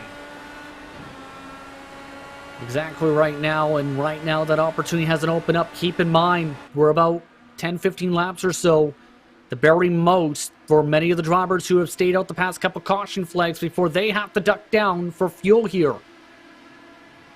Van der Sande side by side as, he's going to look to the outside as well of Chris Stouffer. Something has happened to Matt Taylor on this restart, Justin. He is not as comfortable with the car as he was before. It's down out of the top 10 now. Barrett Rolfe around the outside as Van der Sande almost makes contact with Chris Stouffer. Remember, Taylor's been in clean air much of this race, and now this is some of the biggest dirty air he's had to deal with of potentially this entire race week. So now, that dirty air, I think he's just trying to get used to it compared to running in that open space, and it's just hurting him that much more at the moment. You can see, by the way, Schaus is still scrapping it out. That's with Ken Hacker now. Tyler Groff is feeding the dirty air in front of them. If you're lap traffic at this point, I think it's a tough call, Justin, because Groff is down one lap, and he wants to be in the right position if anything were to happen and we get another caution and he can get a wave around. But you can see it's really becoming a hornet's nest here as Barrett Rolfe looks to the inside of Chris Stouffer. Now, Van der Sande has already gotten around Stouffer, so it just gives you an indication of one slip up, one little check up in momentum, and you find yourself dropping through the field. Rolfe has been playing with fire, though. He made near contact a little bit with some of these cars here. So this is now getting extremely dicey with how close he has been getting here. Great send, though, to the inside. Just can't keep up the momentum quite yet as he nearly slips up into the 13. That was very close. And like I was saying, Justin, these guys are giving each other just enough room. Stouffer's going to cut off Rolfe, and that will mean that Rolfe will have to defend now from Matt Taylor for the time being. But they know where each other is. They're listening to their spotters very, very well and making their way around this track without too much difficulty. At the front, though, you will see the top four have kind of broken away very slightly. De Groot, Newsom, Nunez, and Musselman. But, of course, Justin, they owe us a pit stop imminently here. They've been out on track for 55 laps. They should be down onto pit road in the next 10, I would say. They need a caution flag, and now essentially is. I believe that if it is that 10, they might be able to try and save it. Might is the key word, but they need to save a lap of gas. Everybody else who is already ducked in, they can essentially come in at any time after they have to duck down. So the window is open pretty soon for just about the entire field. It's just going to be a matter of how it works out for a lot of these drivers. I think, though, Van der Sande, Stouffer, Taylor, Rolfe are in a great situation once they do duck down for the front. I'm trying to do the math in my head right now, Justin. Let's say these cars can stay out there for 10 more laps. They're working 120 with a fuel window. Oh, it's close. You're right, you know. I wonder if that second caution that we had in quick succession on what was it, lap 5 or so, or that's really helped them out in the long term here. It's going to be close, but just like we saw last time at Texas, if you're Alexis Newsom, you're feeling confident about how you're calculating the fuel right now. Yeah, and this is tough to do as well in your head as you're driving along in the race car. It's going to be interesting. Keep in mind that the fall off for the drivers has reached, up at the front at the least, half a second compared to their fastest laps earlier on in this run. But by the same token, Justin, it's not like they're losing much time to someone like Chris Stouffer on fresh tires right now. Difference last time around was about 1/10 of a second as you see Tyler Groff peeling his way down onto pit road. This time at the line, but Chris Stouffer, it's a 22.891, very consistent. And once more, it's just about 1/10 of a second between the front runners and these mid-pack guys, if you will. So it's not like tire fall off is as significant as you might think at a 1 mile track like this. I don't necessarily think it's completely the fall off. It might be a bit too just trying to let up a little bit on the gas to make sure they can get to that money lap with 54 to go. Because if they can get there, it's going to be interesting, to say the very least, on how it plays out. Yellow flag. Caution. And it's Mark Cohn who's mixed up in this one. Oh, another driver who has not enjoyed a fun start to the season, facing the wrong direction and the exit of turn 2 as well. Let's go and take a look at this replay as quickly as we can, Justin. Well, this just became a fuel mileage race for everybody, as let's take a look at this, indeed. Ooh. Man. I think that's Wagner in front who loses the car by themselves, Justin. Let's take a look at the onboard from Mark Cohn here, and you'll see it's just down on that inside curb. And it's Charles Teed, in fact, in the 5 car, so unfortunate contact there, and it's really, unfortunately, Mark Cohn that takes the brunt of the damage. And I believe he actually checked up T did for Foresight to make sure he didn't slam into the side pod of Foresight. And just a bad place, the bad time for Mark Cohn in that situation, Arjuna. So pit road is of course going to be extremely busy. This might be the money stop. We're going to step aside for a brief commercial break here on RaceSpot TV so we can take you green to the end of this race. Don't go anywhere. We'll be right back after these messages from our partners. Wreck avoidances. Stay low. Ease high, stay low. Daring passes. Oh, you're going to get it. Silly jumps. Oh my god, a drive-through. The thrill of victory. They're against the wall. Good win, Mark. Stay low. And the occasional mishap. My sim crashed. This is the DMLC Racing Channel.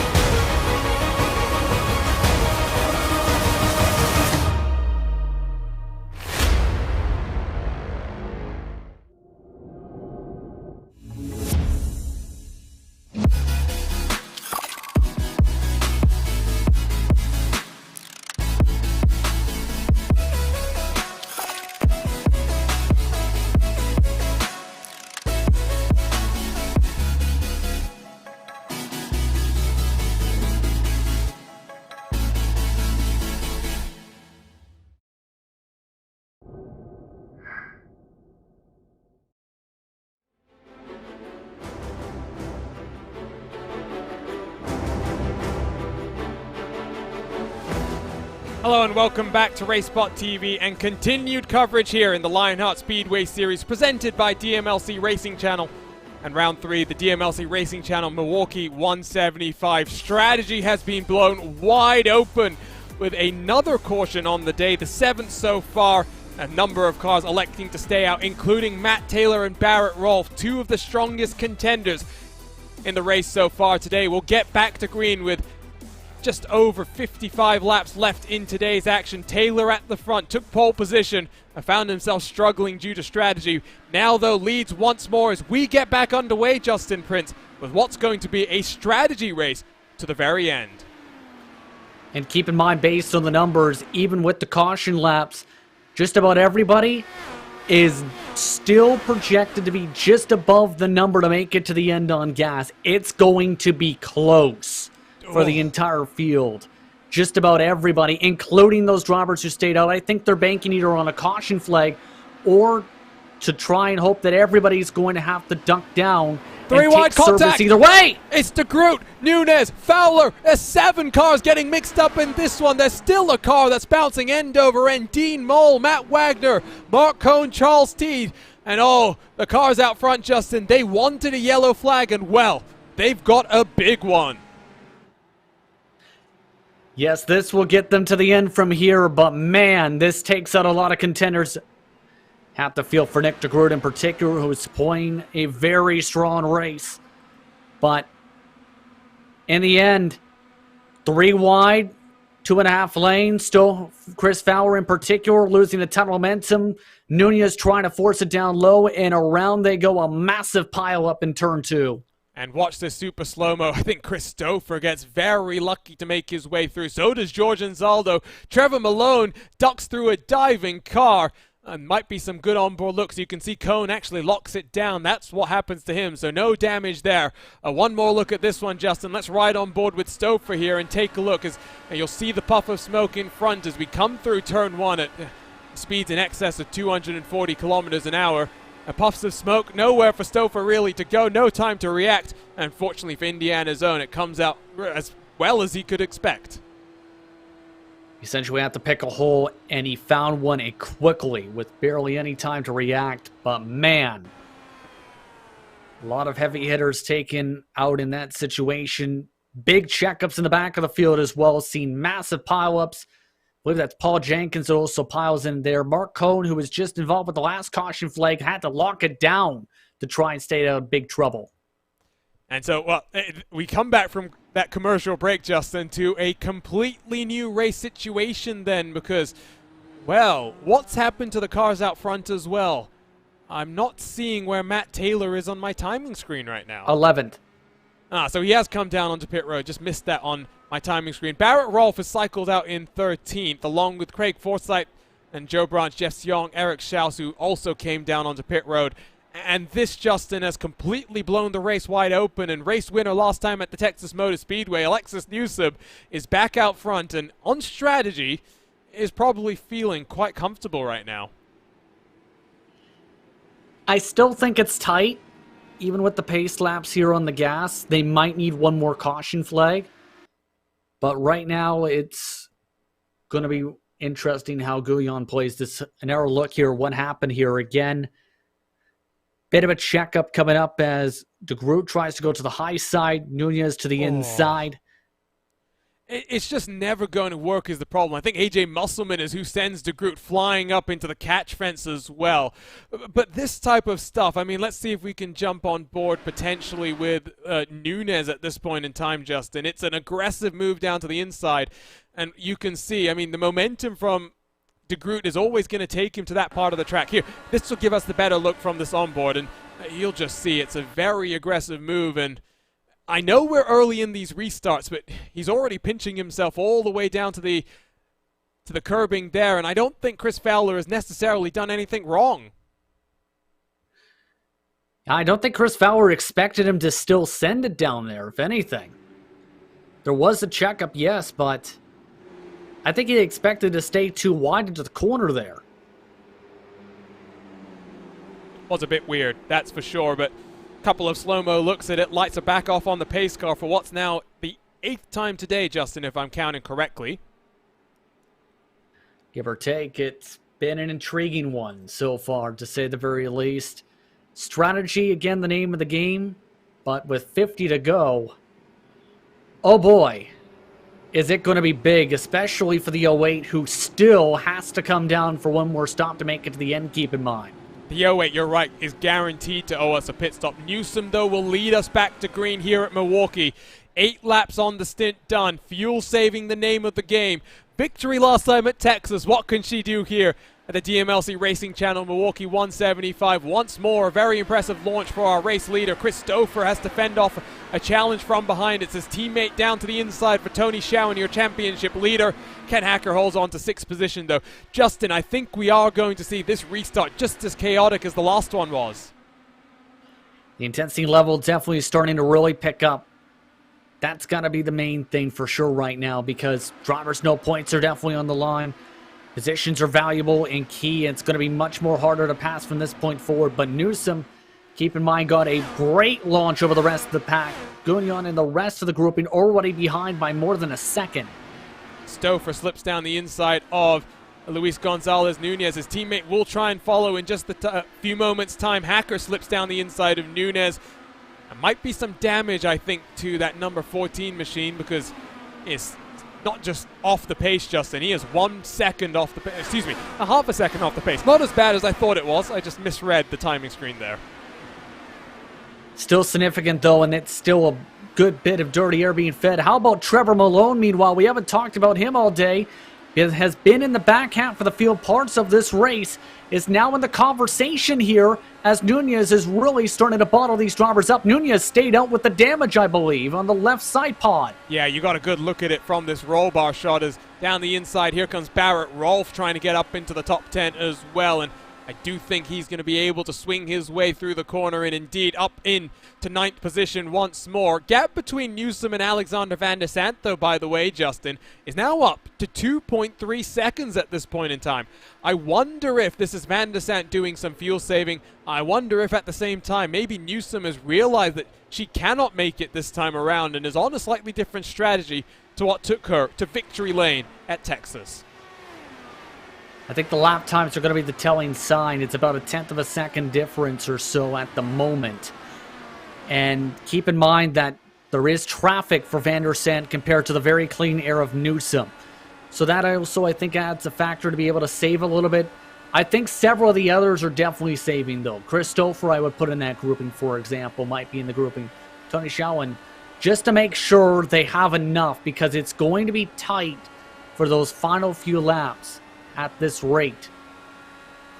And once more, Justin, I mean, fuel, some people who are maybe new to racing don't necessarily think that a topic like fuel could be so exciting, but I mean, we could talk about mixtures of fuel, you know, the various ways it gets into cars in terms of the fuel filling system, or just today, the strategy again coming to the forefront of these races. And we thought it might at the start, but I don't think we necessarily thought it would be this type of a fuel save race where Alexis Newsom and now is very much in control of her own destiny. And continuing to just try and run her way, you have to think that Newsom, at the pace that she's going, might be thinking that at the very least there might be another caution to help with the mileage, because she's not slowing down. If anything, she's been picking up the pace and the tempo compared to the rest of the pack, who is continuously trying to slow down their pace by a couple tenths. Lap 134 complete, so coming towards 40 miles to go here. Left side of the screen, let's just remind everybody here, Justin, what is at stake in terms of the various strategies. As yellow flag waves once more, oh, that's going to be crucial for the hopes of someone like Newsom, and it is Luis Gonzalez Nunez that gets mixed up for a second consecutive caution here, and we'll spool up the RaceSpot TV replay machine here, Justin, and take a look. It might be contact with that car behind here. Actually goes way too low across the yellow curbing and just destabilizes the back end. Hard contact for Nunez, crushes in that wing even more so. Vern Hawkins III does a great job to avoid this. Yeah, good look here. As I wonder if he did avoid it. Maybe slight contact on the right front there for Hawkins in terms of damage, but end result is caution out one more time, Justin. And all of the things that we were just talking about in terms of strategy, well, it's changed, and now you'll see a couple of fake outs as Alexander Van der Sant and Christopher looked like they were going to commit to pit lane. But of course, the only car we expected down is Alex Guyon. Will anyone decide to follow him down? Doesn't look like it. I think at this point, now this caution flag just made things very interesting, because with this period, I think everyone who came in before about 20 laps ago can make it from this point because the second yellow. The tough part is now going to be, how will this fare out for drivers like Taylor, like Rolfe, like Forsyth, like Joe Branch, who are all in those various different strategies that for sure can make it. Still going to be a nail biter, and it's still going to be some intense action as a result here with this caution flag. But for Newsom, it's going to be the true test of, can she hold on for a back-to-back victory? Well, I'm hearing fuel burning from some of these cars right now. Hard to kind of pick up exactly which one it is. This is interesting. This is wonderful. You can see left side, by the way, as that is AJ Musselman down onto pit road. He's already one lap down, so in 19th position, excuse me. Not going to lose out too much there, but 21 laps into the stint are the top 5 here, Justin. You've got Taylor, who really might be in the driver's seat here, and of course Barrett Rolfe, who has been very, very strong, but could be one of those two. If we go green to the end from here, those might be the two that find themselves with the least saving to try and do. I agree with you on that. And by the way, the fuel burning you're talking about is from this machine here, Craig Forsyth, who is among your drivers who are in the good-to-go mark by a couple laps or so. So I think Craig is trying to take the gamble of, okay, I want to have a slightly lighter car here and see if I can get this to work and try and get a couple more positions past. The problem's going to be, well, one of them is Rolf, who's in front of him. At least one more lap before we return to the green flag racing conditions. Taking a look, by the way, at my track stats over here, Justin. This race, both in the IR18 and the DW12 days, has never finished under caution. And last time the IR18 came here, the winning difference was Jason Galvin by 0.06 of a second. I don't think we're going to get the same type of finish here today, given the way that the race has kind of unfolded before. Definitely going to be about strategy instead, and for someone like Newsom, they'll be hoping those memories from Texas hold strong, and once more they visit the HyperX victory lane. This is going to be very intriguing again on how this goes here. But I think it's going to be important to make sure you keep that clean air. Keep in mind there is lap traffic that is going to be a buffer here for Newsom. That's Tyler Graf, that's second in line. And not the first time Graf has been that lap traffic. So cork in the bottle. What will the 26 car elect to do this time around? The safety car for the 9th time today will return to the safety of pit road. Once more, an early jump from your pole position race leader as we come back to green flag racing. Stouffer tries to take advantage, but Van der Sant already looking for a way past that lap traffic. And this might be what Newsom needs right now. Stouffer and Van der Sant side by side as we restart this race, and Tyler Graf, Justin, is feeding dirty air to both of them. Yeah, Graf now trying to ride that bottom of the racetrack too, and has not been giving up. And keep in mind, Racing Park Graf is fighting so much, just trying to get a lap back to be able to race with Charles Teed. So it's going to be intriguing how this plays out for this 26 machine. How would you play this right now, Justin? Because Newsom is already 8/10 clear. I'm not saying that the 26 car has to by any means pull to the side of the road and let the leaders go on past, but very much aiding one driver and compromising the other 34. Well, in this situation, knowing the circumstances, I'd honestly let them on by, or at least come down during one of the caution flags and maybe top off, get some fresh tires, something along those lines. But there's different approaches to these types of races, and we've seen the different approaches come into play. That dirty air is just a major factor right now for Newsom to be able to pull away by a couple tenths a lap from the rest of this pack at the moment. Keep in mind, Matt Taylor is also coming as one of the quick drivers right behind all of this too. Yeah, we're riding on board with George Anzaldo. Wonderful little chrome reflection of the surroundings of this track as he tucks in behind the championship leading Tony Schowen.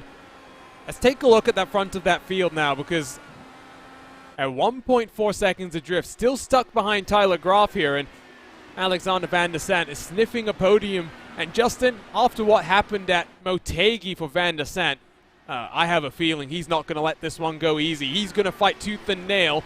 He's not going to be content with third either. I don't think he's going to be quite content either. Just wants to get some type of momentum going. He's had some bad luck in some of these races so far.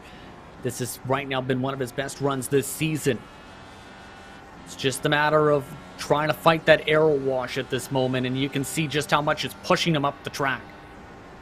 You can also see, by the way, the sun seems to be shining slightly brighter right now, Justin. Don't think that's affecting the track temperature so much, but it might be a bit of a factor as we work 30 to go here in those final couple of laps in terms of the drivers that can adjust the best to the varying track conditions. Keep in mind the track temperature is about 90 degrees Fahrenheit at the moment. 81 degrees is the air temp, so very hot and very humid conditions that have been getting more humid as this race has gone on. So that's affecting a bit of the straight line speed for some of these drivers too, with the hot heat humidity. The hotter the air temp, the more it affects the speeds and how quick you can actually go on the racetrack. And it's not just the tires and stuff, it's the engine as well, of course. So yes. Various conditions there. Barrett Rolfe in 8th position, Justin. 18 positions up on the day. If we stay green to the end, though, I think he's kind of hit his bubble now where he's going to find it hard to make up too many more positions. George Anzaldo in front might be one, but for Craig Forsyth behind as well, he was putting a lot of pressure onto Barrett-Roth. 21 positions gained. You don't always see double-digit positions, but it seems to be a bit of a storyline in the 8th through about 15th positions here. These are all the drivers who ran good race pace, but struggled with qualifying pace, remember. Oh, and it's an art form. I hear a caution coming out, and indeed, yes it is. Yellow flag is out. Trevor Malone and Eric Schaus involved in something. Oh, and Malone is upside down as well. Michael Hagstrom might have been mixed up in this one. As you can see, he's stationary at the back of the shot as well. Sorry to cut you off there, Justin. I heard the car sliding up into the outside wall, and what happens here? I think Joe Branch has a pretty good look at this entire incident. Yeah, it looks like the 22 of Schaus gets into the back end of Malone, and it's enough to hook Joe Branch into the incident, in fact. He's just trying to ride the high line, then bam, squished hard into the fence. That's an unfortunate one as well. It does also mean that the final 20-something laps to the end of this race, Justin, just took on even more intrigue because now fuel is not going to be an issue at all for some of these cars. It's now very much who can make the initial jump on these restarts and try and get the position done as early as they can. Wouldn't be surprised to see a couple drivers in the mid-pack in particular try to fuel burn now too, like we've seen before with Forsyth. And I think the couple drivers were doing that down the straightaway. Mark Cohn's doing it, for example. So a couple drivers are trying to get their cars a little bit more lighter here for these closing stages now that the fuel is not going to be the major concern. So the top 5, Alexis Newsom, Chris Stouffer, Alexander Van der Sant, Ken Hacker, and then Matt Taylor. So a bit of a smorgasbord in terms of rookies and regulars. You've got Newsom, Van der Sant, rookies to Lionheart in general, Stouffer, Hacker, and Taylor, very much experienced veterans of the series. Should get back to racing, I think, the next time around as we see the muscle man back down onto pit road. Waiting for the lights to maybe drop off on the pace car. Not yet, so maybe one more lap here, Justin. So that does mean we'll have 23 to go when we go back to green. If I'm someone like Chris Stouffer, I'm probably sending a message to Tyler Groff saying, please get out of my way. I'd like to win this race. That's the nice way of putting it. And I would be thinking the same way too, because we've seen how gigantic the run got in the clean air for Newsom compared to the dirty air being fed from Graf. So it's going to absolutely be extremely critical to time up this launch. Not so much for Newsom to be able to launch to get by Tyler Graf to have a shot at Newsom here. And predictions, Justin. I think Newsom is very much in control now. I mean, fuel saving took her to the victory last time. I think it will do the same here today. Do you see any way that Stouffer and Van der Sant can maybe mount a challenge here? They're going to be aided by the fact that Tyler Groff has just come down onto pit road. He's elected not to be a factor in this fight, it looks like here. And that's going to be exactly what Stouffer, Van der Sant, and company wanted to see here. And that changes what I was about to say, Arjun, because now there's definitely a shot. If you're able to overcome the dirty air and try and fight the clean air of Newsom's machine that she's going to be able to rotate, there's definitely a shot. I think you have to get side by side to have a chance, though, especially the outside. So for Stouffer, this is going to be the most important launch of the season so far for him. And so we will have 23 laps to go here from the Milwaukee Mile. It is Alexis Newsom, the rookie, at the front of your field. Already tasted victory once this season. Chris Stouffer, a veteran of the series, in behind. What will happen here in the closing stages? Can Stouffer get the jump? Can Van der Sant get the jump as the safety car pulls to the left side of the track once more? We're about to get back underway for the DMLC Racing Channel Milwaukee 175. Impressive jump from Newsom. Not such an impressive jump from Stouffer. And once more, as we enter the first and second corners, Justin, not really much of a contention for the race lead here. Yeah, it's been a struggle all day for Chris Stouffer. It's a small restart box here at the Milwaukee Mile, keep in mind. So I think that just played a bit of a factor on where Newsom was able to know, okay, pace car is off, time to immediately launch, since it's a 1 second buffer essentially.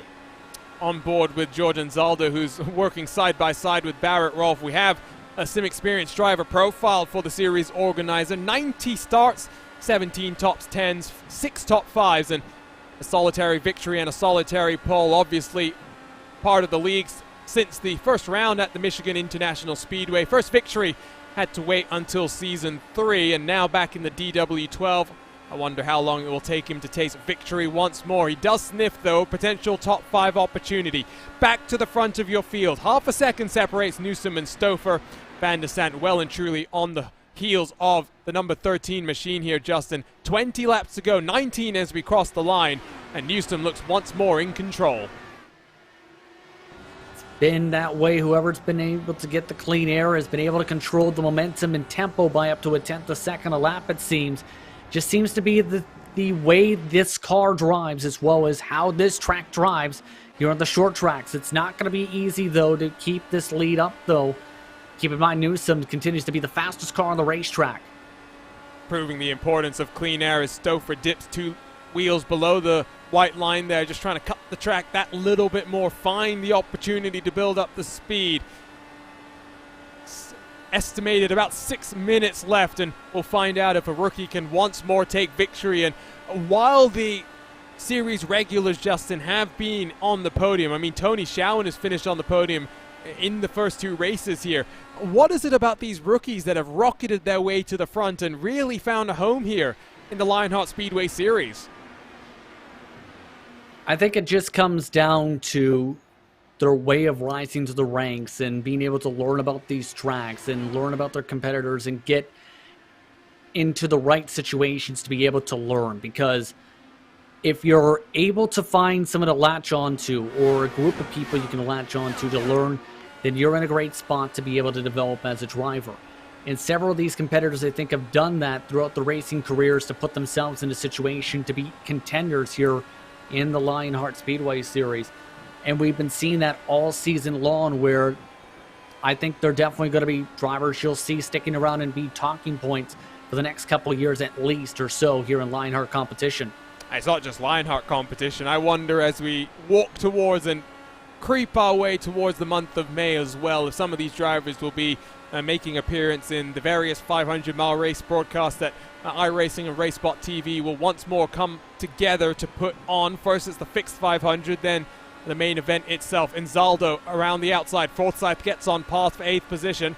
Has turned the attentions back to the front of the field as Newsom across the start-finish line to complete lap 162, Justin. Very much in control, and the gap to Stouffer now 0.8 of a second.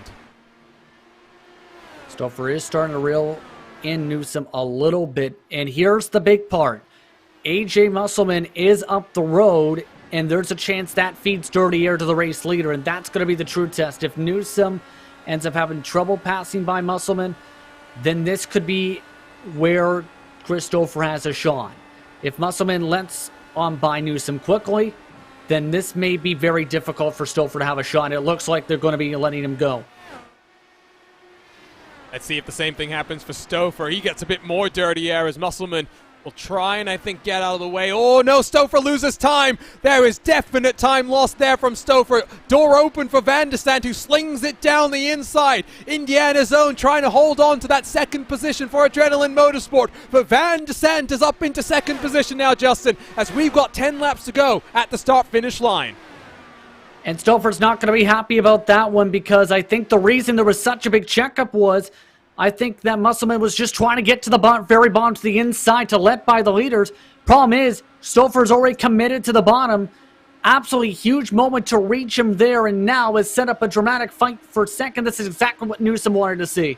Newsom has skipped away to 1.6 seconds as Van de Sant still on that outside line, holds on to a second place finish. He wanted a podium at Motegi. They're almost contact between the two of them. Oh, this has been a wonderful third round of this championship, Justin, and I must say we'll return in 1 week's time to the Virtual Homestead Miami for what should be, based on today, an absolutely fascinating race. It's been a very intriguing race indeed with the strategy, and keep in mind when it comes to Homestead, Both the races in Lionheart competition this season in 2021 have been throwers. I'm expecting a thrower as well for that one, but it's been a thrower in a different way here with how things have played out, especially with the drivers who have had to battle dirty air off one another, have provided some great back and forths. How about Ken Hacker, though, having a very solid race today? One of the best races for him this season combined in 2021. Yeah, it's been a great day, and we ride on board with Hacker entering turn 1 right now. Lots of dirty air from Christopher in front, who's now 0.6 of a second back from Van de Sant. So Van de Sant looking very comfortable right now, and as we approach 6 to go, he's actually chasing down the race leader here, Justin. He might be an outside contender for the race lead here. 6 miles at the line. Still, it's 1.9 seconds, the difference between first and second. That's going to be the tough part. I don't know if you can close that up in this amount of time here at the Milwaukee Mile unless Newsom really has a slip-up or reaches somebody the wrong time. Musselman has actually pulled off the racetrack, was about to be a factor again. So it's 1.8 at the line, 5 laps to go here. Alexis Newsom looks on for a second consecutive victory, rocketing her into championship contention. And not just contention, but Justin, potential favorite tags get associated when you win 2 of the first 3 races. You talk about the Lionheart Retro Series where we're seeing Sage Karam domination in that championship. This one, Newsom is stamping her mark on the championship, and already as we head into the first Triple Crown of the season, 2 victories and 2 very strong performances. And I have to say, Alexis has learned a ton as well from that first race where she had great qualifying pace, but struggled in the race trim and dropped back down through the pylon as the race went on. But for the past couple weeks, has nailed the strategy, has been quick in the race. It's gotten better and better as these weeks have gone on. Just needs to get around this track for another 2 more laps to secure this checkered flag. Battle for second has very much cooled off as the gap between Stouffer and Van de Sant up to 1 second. Ken Hacker trails by a further half a second. 2 miles to go for Newsom here. And Justin, I'm not trying to put too much pressure onto Newsom's shoulders right now, but I do think that this is the start of a very intriguing campaign for not just a rookie to Lionheart, but to iRacing as well. The white flag waves in the air. It's been a wild ride, not just here at Milwaukee, but first at Motegi and then at the Texas Motor Speedway. The dominant names in the Lionheart Racing Series yet to take victory, but out of turn 3 and out of turn 4, Alexis Newsom, for the second consecutive race, wins on strategy at the DMLC Racing Channel Milwaukee 175 and punches her name into the championship favorite books. And my, oh my, Justin, I have loved the type of wheel-to-wheel racing we've seen in this Lionheart Speedway Series. And the next time we head to the Homestead Miami Speedway, you talked about the races we've already seen this season. I can't wait to see what the DW12 delivers from there. I'm expecting a thrower indeed, but what a thrilling victory for Newsom. Lex is definitely going to be very happy after this one. Played the strategy right and dialed it in as she crashes the car trying to spin it into the burnout. So some unsuccessful burnouts there, but she will burn the house down in the HyperX victory lane. A very impressive podium for Alexander Van de Sant as well. Adrenaline Motorsports, they do get a 3rd podium of the season. It was Tony Showen in the first couple of rounds, but this time it's Indiana's own Chris Stouffer that takes home that podium finish. And Newsom, rather short donuts there, Justin, but I mean, the amount of damage she had, can't blame her. And once again, I mean, she'll get better at those. I have a feeling she'll get a bit more practice on those donuts in HyperX victory lane throughout this season. I think there's definitely that chance, especially as the season goes on. I think Newsom might be able to contend for a few more victories as the season goes on with how things have been faring out. What a drive, though, and what a race, and how things played out here at the Milwaukee Mile. And so let's take a look at our unofficial race results presented by Carnox. And I say unofficial because, as always in the Lionheart Racing Series, Race Control will have their own look through the past 175 miles. But after a thrilling strategy race, 10 cautions on the day, it was Alexis Newsom taking victory by 1.8 seconds from Team Race First Black's Alexander Van de Sant. A debut podium for him the rookie in the number 97, but of course, all eyes on the rookie in the 63, taking victory for the second time this season. Christopher in third at least makes one veteran on the podium for Adrenaline Motorsports, continuing their strong run in this team's championship. Ken Hacker up in fourth, up 5 positions on the day. Rather solid effort for the number 24. Matt Taylor, pole position, down into 5th. A slight miscue on strategy midway through the race left him a lot of work to overcome. Barrett Rolfe, one of our biggest movers. He's up 20 positions on the day, but Craig Forsyth in the number 72 car, he's up 23 positions. Our hardest charger here from Milwaukee. Tony Showen in 8th, Mark Cohn in 9th, series organizer George Enzaldo in 10th position. Rounding out the top 10, we'll work our way through the 35 cars that started this race. Paul Jenkins, Dean Moll, Jeff Young, and Alex Guyon. The rest of the cars finishing on the lead lap, with Fern Hawkins and Christopher Kresge finishing 1 lap down. Charles Teed in the number 5 car finishes 2 laps down, with Tyler J. Groff for NLR in the number 26 car in 18th. AJ Musselman, of course, a bit of a factor in those final couple of laps. He ends up in 19th, 6 laps down, with Michael Hagstrom 9 laps down in 20th position. Then we start to get into the retirements here. Joe Branch, Trevor Malone, Eric Schaus, they were all finishing 26, 27 laps down respectively after contact through turn 4. Luis Gonzalez Nunez in 24th, with Chris Fowler, Matt Wagner, Nick DeGroot, Emerson Santos, Brett Bennett, Jim Brooks 24th through 30th. Chris Linini, Mike Rigney, Matt Houston, Joe Hassard, and then James Krahula rounds out the 35 cars. I tell you what, Justin, let's get straight into our post-race show, presented by HyperX, the partners of the Lionheart Racing Series, because whatever you play, however you play, HyperX knows we're all gamers. For information on HyperX products, visit hyperxgaming.com, and don't forget to use the promo code Lionheart15, that's LIONHRT15, for 15% off all orders. And I tell you what, Justin, let's kick it off and take it away. Alexis Newsom is standing by in HyperX victory lane with Justin Prince.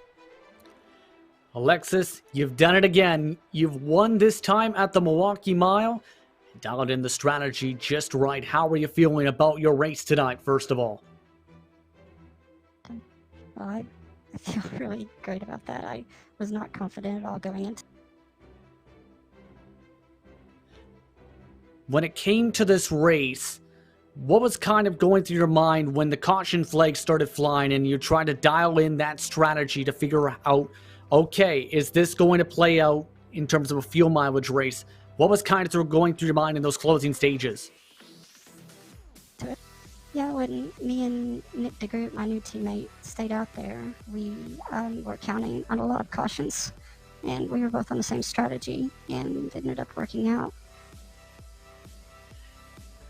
2 wins in 3 races makes you one of the championship favorites. How much pressure does that now put on for you for the rest of the season, knowing you're one of its main contenders so far? It's quite a bit of pressure, especially being pretty new around here. I just have to kind of ignore that, I guess, and keep doing the same. Anyone you want to thank for the run tonight? Yeah, I'd like to thank Big Blue Discount Auto of Ashland, my main sponsor, my new team, Factory Back Motorsports, Cubby Moore and Nick DeGroot, and everybody who supported me and taught me things along the way. It's been a Congratulations on the victory. pleasure. Thank you. So second trip down into the HyperX victory lane for Alexis Newsom. I have a feeling we'll see her a few more times this season. Let's bring on in Alexander Van der Santen. After a potential podium was ripped out of your hands at the season opener at Motegi, Alex, a very fine performance here, getting past Christopher through lap traffic to get up onto second. What does that feel like, and just how crazy was that race from your perspective? Oh, that was awesome. It was flat out the whole way. Car felt great. I could put it pretty much anywhere on the track, and yeah, just sent it. What do you think made this race a little bit more stop and start, but why were you able to actually overcome that? We saw on the restart some 3 and 4 wide action at times. Didn't always think it was going to work out well, but you guys out on track, you seem to respect each other, you know the limits, and despite racing wheel to wheel at some incredible speeds. 10 cautions, I think that could have been a lot worse given how much you guys were racing there. Yeah, no, it was really tight racing, but really respectful too at the same time. You know, I had the confidence in the car and the other drivers that we were able to race side by side and race hard and be able to pull off those moves. There was a lot of give and take, but yeah, I was able to get through it. I avoided the 3 wide, fortunately, but yeah, and on the restarts, those were extra tough. I made a mistake and let Chris around me at one point, but where I'd been strong on the high line on those, but live and learn. Next time out, Alex, we head to Homestead, Miami for the first of our Triple Crown races. Of course, that a little bit more intrigue and focus, I guess, for you guys. What do you think that race will be like? No in-car tools, which I think does make Homestead a little bit more easier for a modern IndyCar to kind of drive through. Have you done any laps there, or what are you expecting from that type of a race? Honestly, I have no idea. I think, you know, with the IR18, it tends to spread out quite a bit. It's a little packy at the start, but with this we have a lot more downforce, so it might be a pack race. I just have to see what the setup does. Congratulations on this podium, Alex. Hopefully the first of many in this season. Thanks, fellas. So that was Alexander Van der Sant. Very impressive podium there. Now let's bring in Indiana's own Chris Stouffer. 3rd place on the day. But Chris, late race drama there when you got a bit checked up with some lap traffic. What was going through your mind there? And was there anything you could do to really fend off the challenge from the number 97? Yeah, I still have a lot going through my head, to be quite honest, after that. You know, not real happy with it, being a lap car, and as hard as it was to pass, as hard as I drove after, you know, pitting and drive back up through the field. You know, I was trying my hardest to maintain 2nd place, but you know, at some point there, I felt like I was pushing it so hard, I was worried about taking us both out, and just backed out and was like, you know what, I'll take 3rd versus being wrecked out. So. How difficult was it in the dirty air there? Because basically, anytime you got some sort of a decent green flag run, the leader had the ability to pull out a bit of a gap there. Do you think that just the lack of in-car tools and the lack of adjustment for you to be able to actually work your way through the dirty air, did it make it difficult to follow at the front? Because from 2nd position, you were basically in and around that front for the entirety of the race.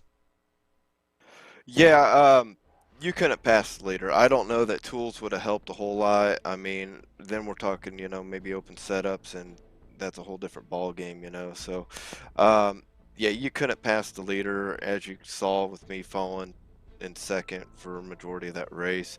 When you're further back, you can make some moves, and I was surprised. I was worried about it when I pit, but I had to pit because I was within that fuel window, and just, you know, wanted to do the best that I could. With my percentages there of being able to make it to the end.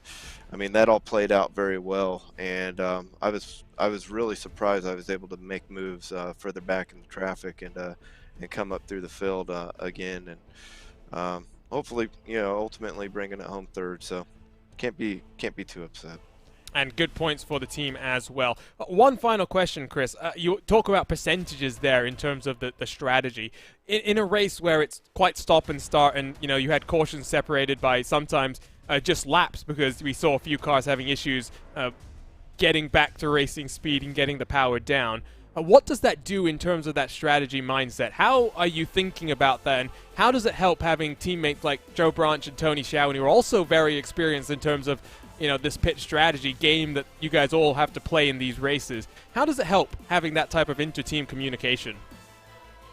Having those guys around is great. You know, I've been racing with Tony and Joe for probably, I don't know, 6, 7 years, maybe even 8 years now. So, you know, I've known them a long time. We've got a good camaraderie between us 3, and you know, we're always talking about pit strategy, how far we can make it, you know, how many pit stops if we pit now, you know, just all the different things. We get to kind of bounce off of each other, and it's nice having that there. And you know, I gotta say, I love having them as teammates. Couldn't have better teammates, that's for sure. Well, Chris, congratulations on the podium, the first one of the season. Looks good for the team in terms of those team championships. Now we look and see you and Tony Showen and Joe Branch. What can you do in the Drivers' Championship as well? And we'll see you in 1 week's time from the virtual Homestead Miami. So that was Indiana's own Chris Stouffer. And Justin, once more, I mean, each of these first 3 rounds in this Lionheart Speedway series have been absolutely incredible. And next time out, like mentioned, the first Triple Crown of the season. Now, this doesn't pay out double points. That does not mean it is any less important. It's still going to be a very dramatic race, though, I think, as drivers talked about. I think there's the chance we see a lot of back and forth, especially up on the front. The slipstream's going to be important, as well as to try and find that clean air. It's going to be fun to see how things play out, but with the pressure of the Triple Crown, it's a very critical race. It's a track where a lot of drivers have a lot of great success and excitement. It's going to be a fun race, to say the very least, Arjuna. And I'm really looking forward to it as well. Homestead in the Lionheart Retro and IndyCar series really delivered some interesting storylines from the first race of the season, and now we head into it as the 4th race of this calendar, and we're really starting to work our way into the meats of the schedule here, Justin. 18 races, give or take, and it really means that each of them is important. Newsom with 2 victories so far. I said it during the end of that race. Very much a favorite for the championship now, and very intrigued how she, parlays this momentum into a championship run. Has a lot of momentum, to say the very least, she has right now.